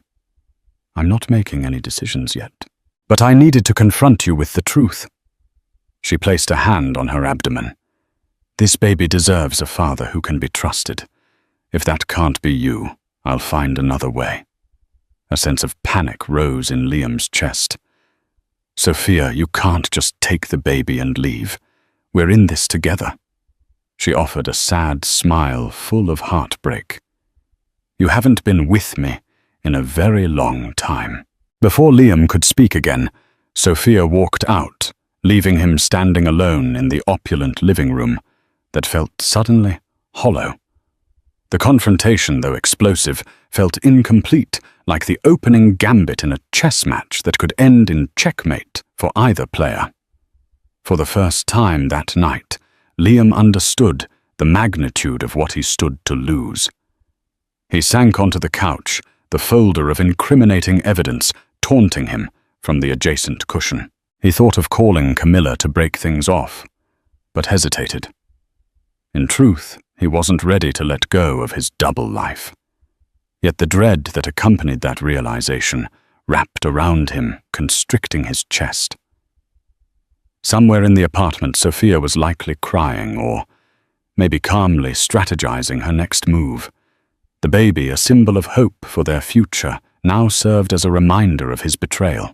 Liam knew he was on the precipice of ruin, but he still clung to the slippery slope of denial, convinced that a man of his wealth and charm could twist the narrative in his favor. He was wrong.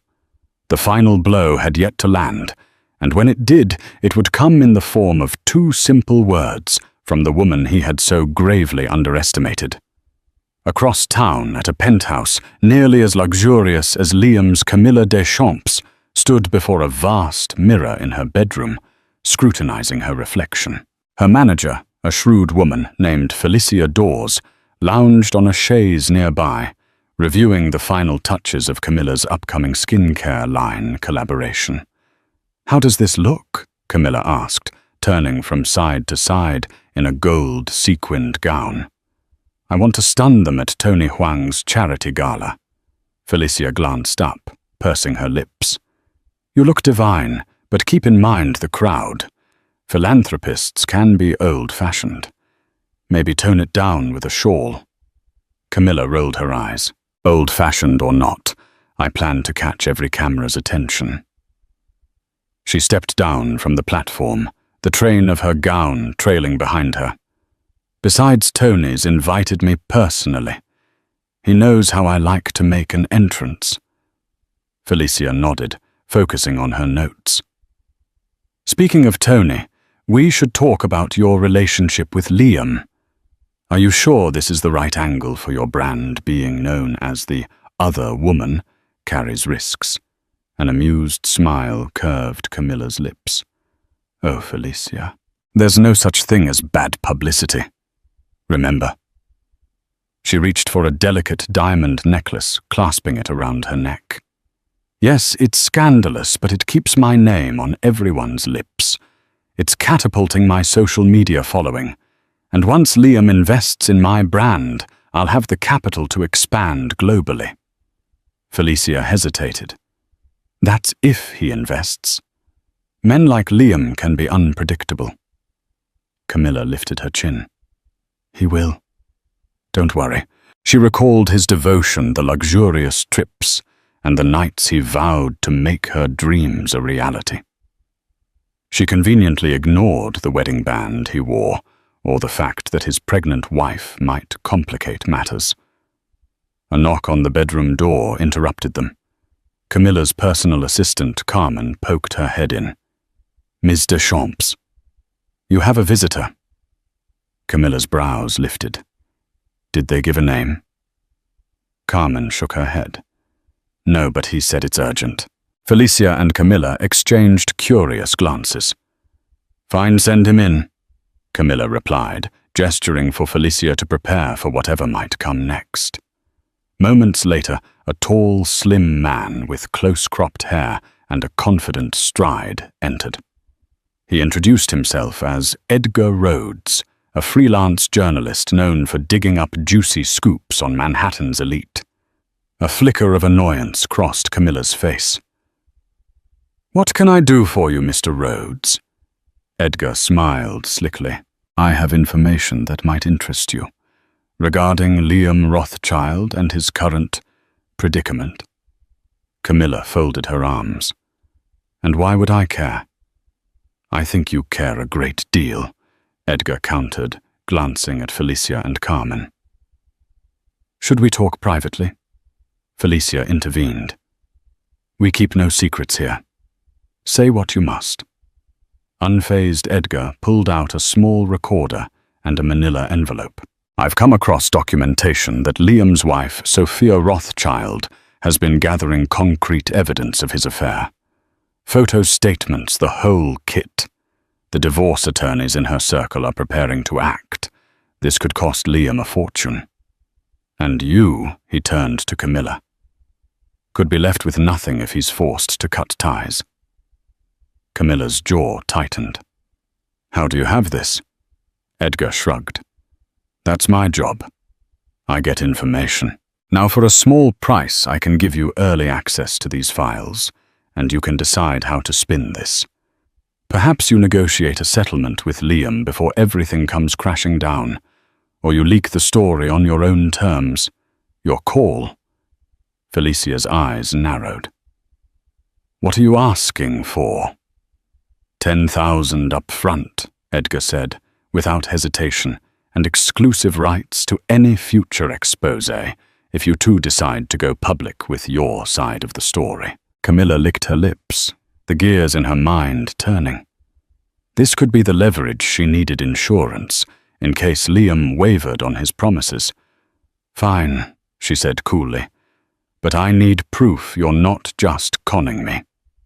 Edgar opened the envelope, revealing photocopies of what appeared to be detective reports, time-stamped photos of her and Liam, and a note referencing Sophia's pregnancy. Camilla's face hardened. Reading about Sophia's unborn child made her feel a flicker of annoyance, then anger. She'd known about the pregnancy, but seeing it in black and white brought a harsh reality to the surface. Time was running out for her to secure her position in Liam's life. All right, Camilla said, snapping the folder shut. Carmen will cut you a check. We have a deal. Edgar smiled like a cat that had just trapped a mouse. Pleasure doing business with you, Ms. Deschamps. Once Edgar was gone, Felicia let out a low whistle. You realize this is dangerous territory. If Liam finds out you're digging into this behind his back, it's better than waiting to be blindsided. Camilla cut in her tone icy. Liam promised me an investment. I won't let him slip away just because his pregnant wife wants to cry victim. She paused, her mind racing. I need to call him. Felicia eyed her warily. Remember, if you push too hard, you could drive him away. Camilla's jaw set. Then I'll need a delicate approach. First, I'll collect every shred of evidence Edgar gave us and gauge Liam's reaction. If he's still willing to keep me around, he'll prove it. Otherwise, I'll release a statement that will ruin both him and Sophia's carefully curated image. A wicked smile curled her lips. They think they can just write me off. We'll see. From across the room, Carmen fidgeted, clearly uncomfortable. But her loyalty and paycheck lay with Camilla. She handed over Edgar's documents, her gaze a mixture of fascination and caution. You're playing with fire. Camilla shrugged, an arrogant gleam in her eyes. I've never been afraid of the heat. In truth, however, a kernel of fear nestled in her chest. She knew exactly how powerful the Rothschild family was. If she lost Liam's protection, she could become a pariah in these elite circles, just another scandalous footnote. She refused to let that happen. She'd come too far to lose it all now. That night, Camilla dialed Liam repeatedly, only to be directed to voicemail.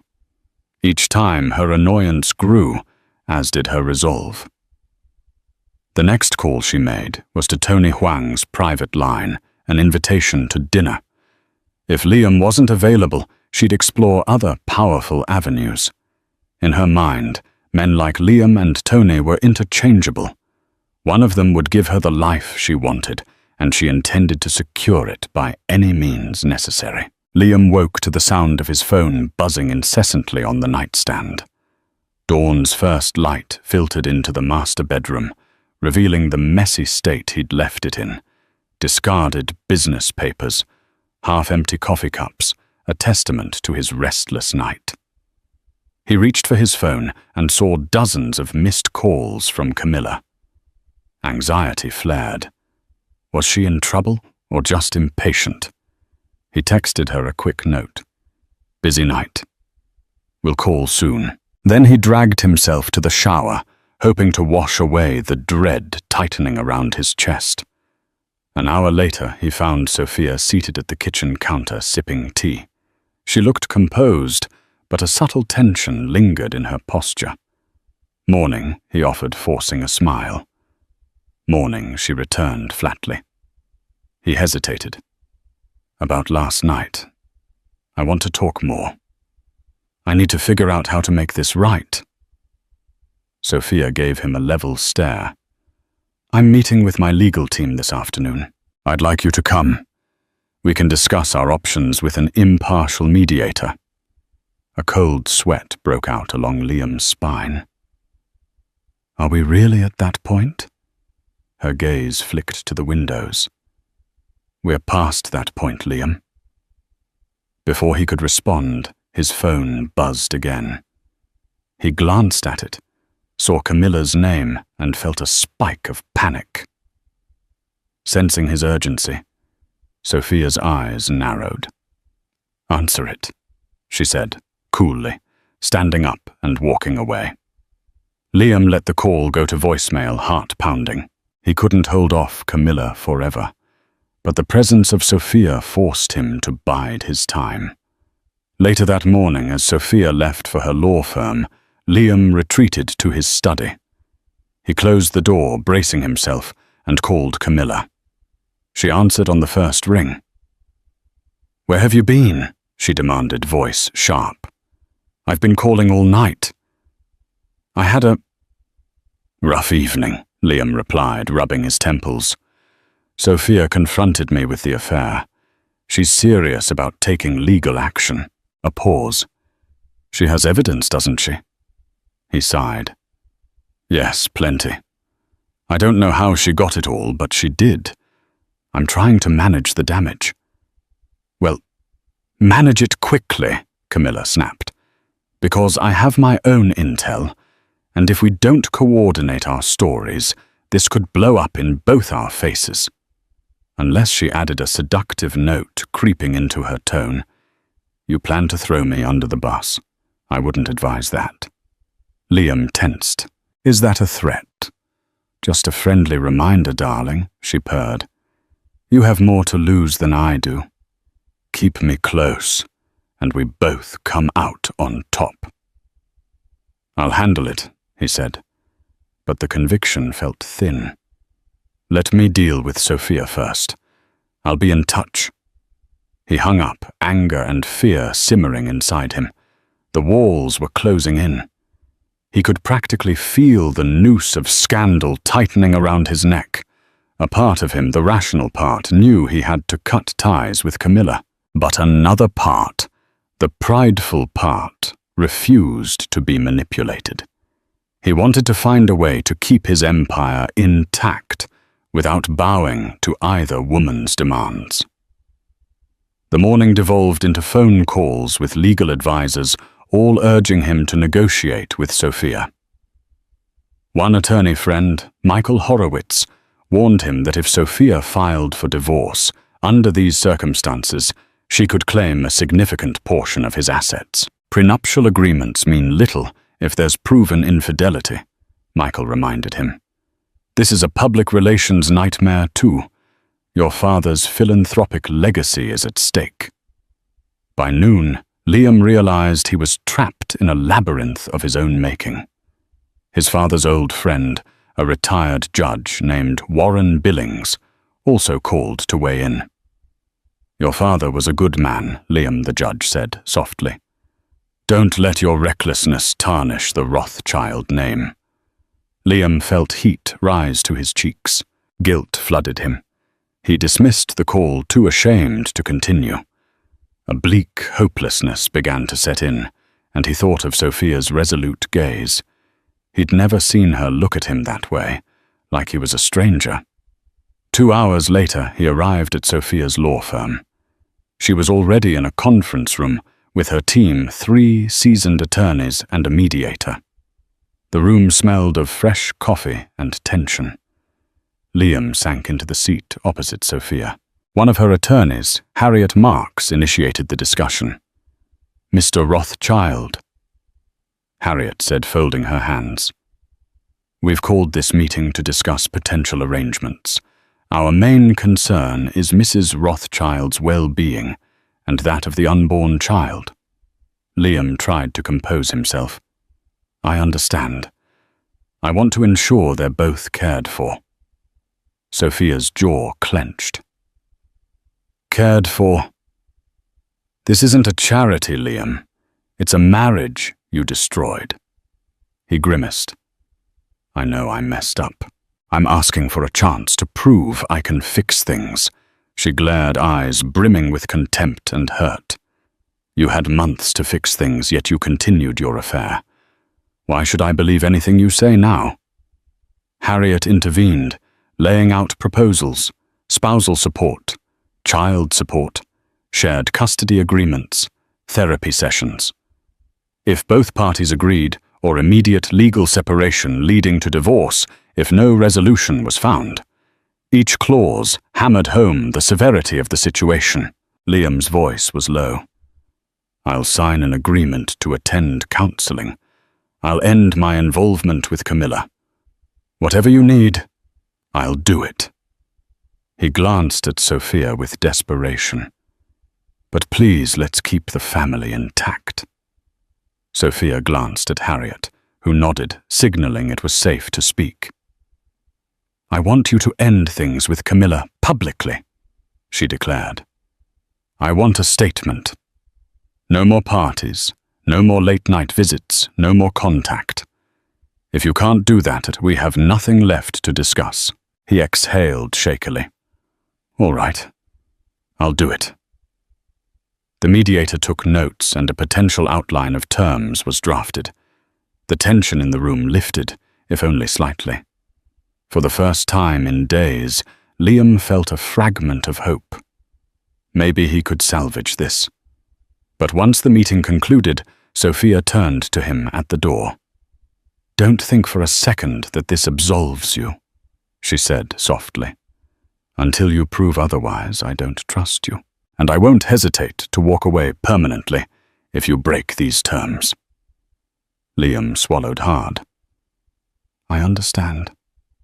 They parted ways, and Liam marched to the elevator, a flurry of emotions raging inside him. He felt relief, dread, guilt, and a strange sense of resentment. Resentment at Sophia's cool detachment and at Camilla's manipulations. Yet he acknowledged he had orchestrated this entire catastrophe. No matter which path he chose, it would be littered with shame and consequences. As the elevator doors opened onto the bustling city streets, Liam prepared for the next battle. Calling Camilla and telling her it was over. For good. Little did he know a storm was already brewing, one that would make ending things with Camilla the least of his problems. Because Sophia hadn't yet played her final card, and the two life-changing words remained locked in her chest, waiting to be unleashed. 2 nights later, Tony Huang's charity gala blazed to life at a glittering art museum on 5th Avenue. The elite of New York turned out in full force, dressed in designer gowns and custom-tailored tuxedos, sipping expensive champagne while discussing the latest philanthropic endeavors. Photographers circled like vultures, hoping to capture a moment that could grace the tabloids. Camilla Deschamps made her grand entrance in the gold sequined gown she'd previewed in her mirror days ago. Paparazzi clamored for her attention. She flashed them a radiant smile, one honed over years of runway work. Her presence sparked murmurs. Is she here with Liam Rothschild? But Liam was conspicuously absent.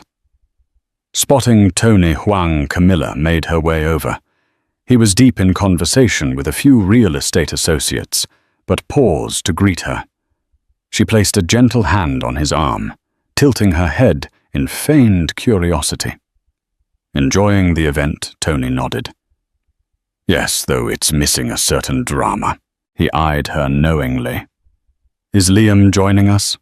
She forced a light laugh, swirling her champagne. He might be delayed. Important meeting, I believe. She left the details vague.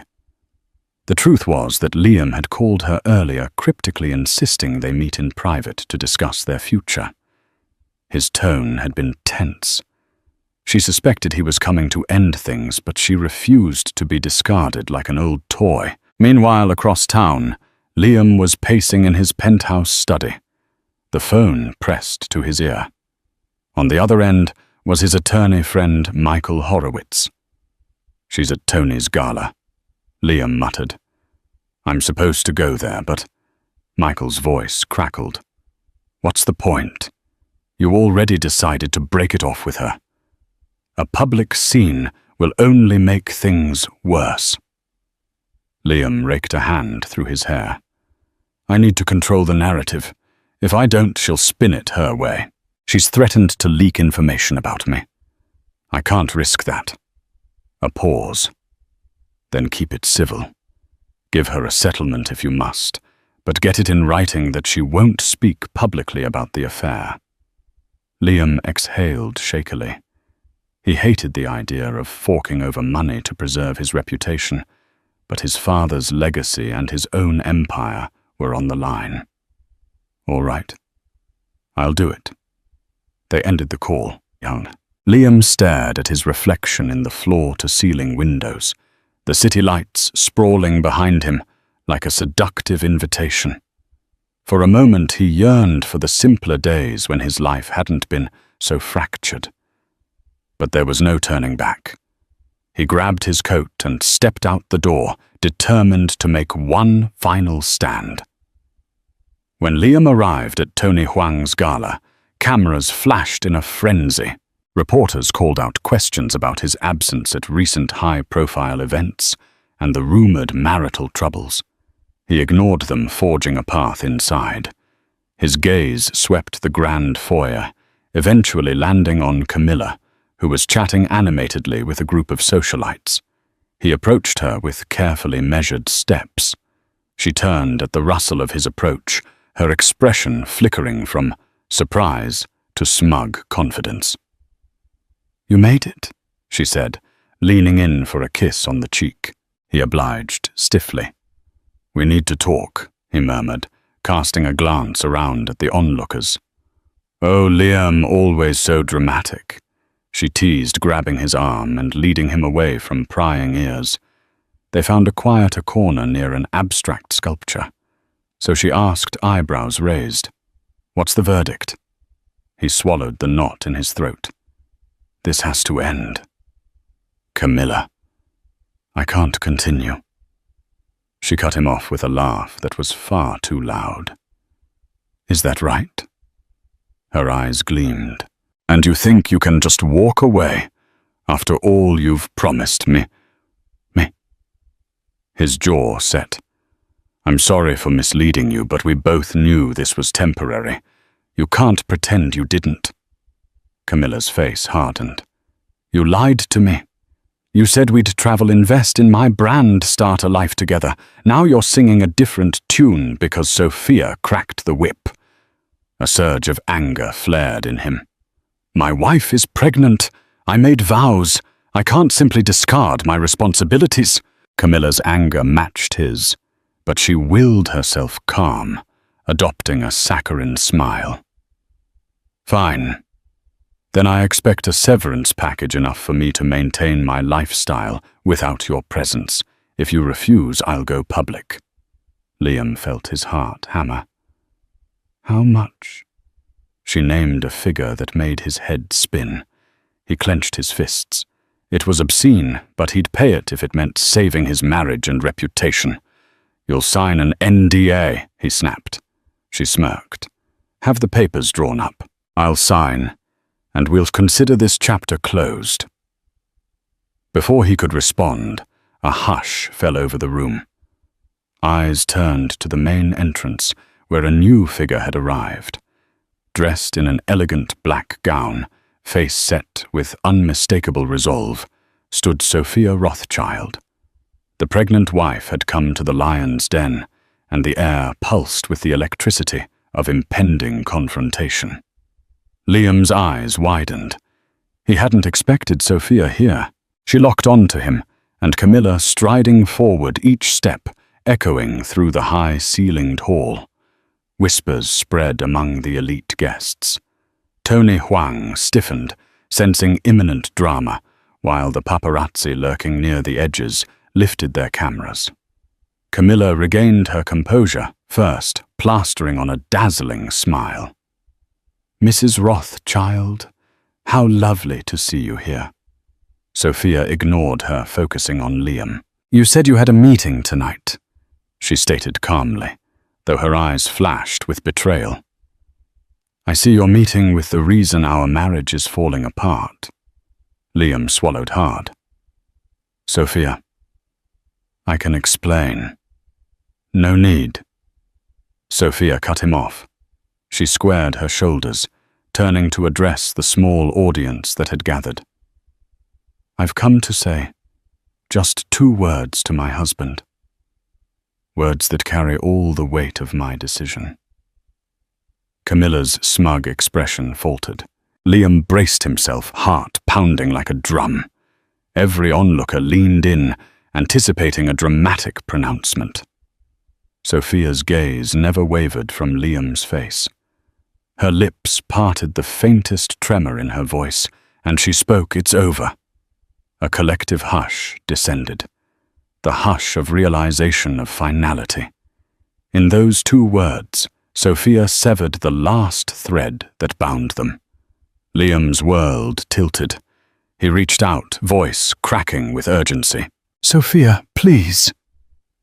She stepped back, tears glistening in her eyes, but her voice unwavering. "I tried to believe in you.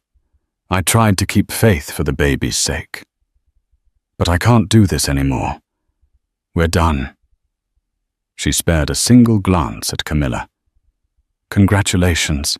You've both earned each other." A wave of murmurs swept through the crowd. Camilla's cheeks flushed crimson. Liam felt as though the ground had been yanked from beneath him. The cameras started flashing, capturing every second of the meltdown. Tony Huang, never one to miss an opportunity, stepped forward, diplomatically, ushering them away from the crowd. But the damage was done. The unstoppable force of public scrutiny had been unleashed. Sophia spun on her heel, striding purposefully toward the exit. Liam called after her, but his voice drowned in the sea of flashbulbs and gasps. In that moment, he understood the gravity of what he'd lost. The betrayal was no longer a secret whispered behind closed doors. It was now an indelible mark on his public life, his marriage, and his unborn child's future. Camilla's eyes, stormy, glared at him. "Well done," she hissed. "All this spectacle, and we're both out in the cold. I hope it was worth it." Liam didn't respond. He was too busy watching his pregnant wife disappear through the grand doors, taking with her the last remnants of the love and trust they once shared. He felt hollow, like a skyscraper whose foundation had collapsed. The hush of the scandalized crowd pressed in, and for once Liam Rothschild had nothing to say. The Rothschild scandal had saturated every tabloid headline. "Heiress lawyer walks out on cheating billionaire," screamed the press with daily updates on Liam's downfall and Sophia's rising public support. The betrayal, the mistress, the public confrontation, it all became fodder for relentless coverage. Camilla, ever opportunistic, sold her version of events to a glossy magazine. Her NDA limited tale painted her as a naive victim, swept up by a charming billionaire. Public opinion was divided, but Camilla basked in the attention, using the surge in followers to boost her skincare brand. Sympathy wasn't her goal, visibility was. Sophia pressed on with the divorce, unwavering and clear in her demands, shared custody child support, and personal independence. She showed up to every hearing calm and poised her baby bump visible beneath tailored suits. Despite Rothschild lawyers' attempts to delay proceedings, Sophia's resolve was unshakable. Liam, meanwhile, found himself in freefall. His legal team urged settlement. His father's associates warned him of the brand damage, and still nothing stung more than Sophia's final words at the gala. "It's over." He drifted through his days, haunted by what he'd destroyed. One snowy morning, he appeared at the modest townhouse Sophia had rented. Holding a bouquet of lilies, her favorite, he stood on the stoop like a man seeking absolution. When Sophia opened the door, she looked peaceful, distant. Her hand rested on her stomach. "I came to apologize," he said quietly, offering the flowers, "and to ask if I can still be part of the baby's life." Sophia took the bouquet, but didn't move from the threshold. "You will have visitation rights," she replied. "But it's finished." Liam nodded, lips trembling. "I understand." The moment hung between them like a final chord in a song that had long since ended. Then softly, Sophia said, "Goodbye, Liam," and closed the door. Months later, Sophia gave birth to a son, Oliver. Liam visited bearing gifts and guilt. Sophia kept boundaries firm, civil but cold. Her life as a single mother and high-powered attorney bloomed. Camilla, chasing her next opportunity, faded into a new scandal. As for Liam, he buried himself in philanthropy, maybe to honor his father, maybe to ease his guilt. But at night, in the silence of a penthouse that once echoed with laughter, he understood trust once broken rarely returns. And sometimes 2 words are enough to end everything you thought was forever. And there you have it, a whirlwind saga of power, betrayal, and heartbreak, proving that wealth can't guarantee happiness, and secrets never stay hidden for long. When Liam Rothschild laughed with his mistress, he forgot the reality waiting in the shadows. A pregnant wife armed with 2 devastating words. It's over. Through the scandals and tears, each character learned a hard truth about love, loyalty, and the price of ambition. If you found yourself captivated by every twist and turn, don't forget to like, share, and subscribe to this channel. Your support helps us continue bringing you riveting stories of high-stakes drama. Hit that notification bell so you never miss another tale of forbidden passion, betrayal, and redemption. Thank you for joining us on this emotional roller coaster. And remember, sometimes the biggest lessons are hidden in life's most shocking betrayals. Until next time,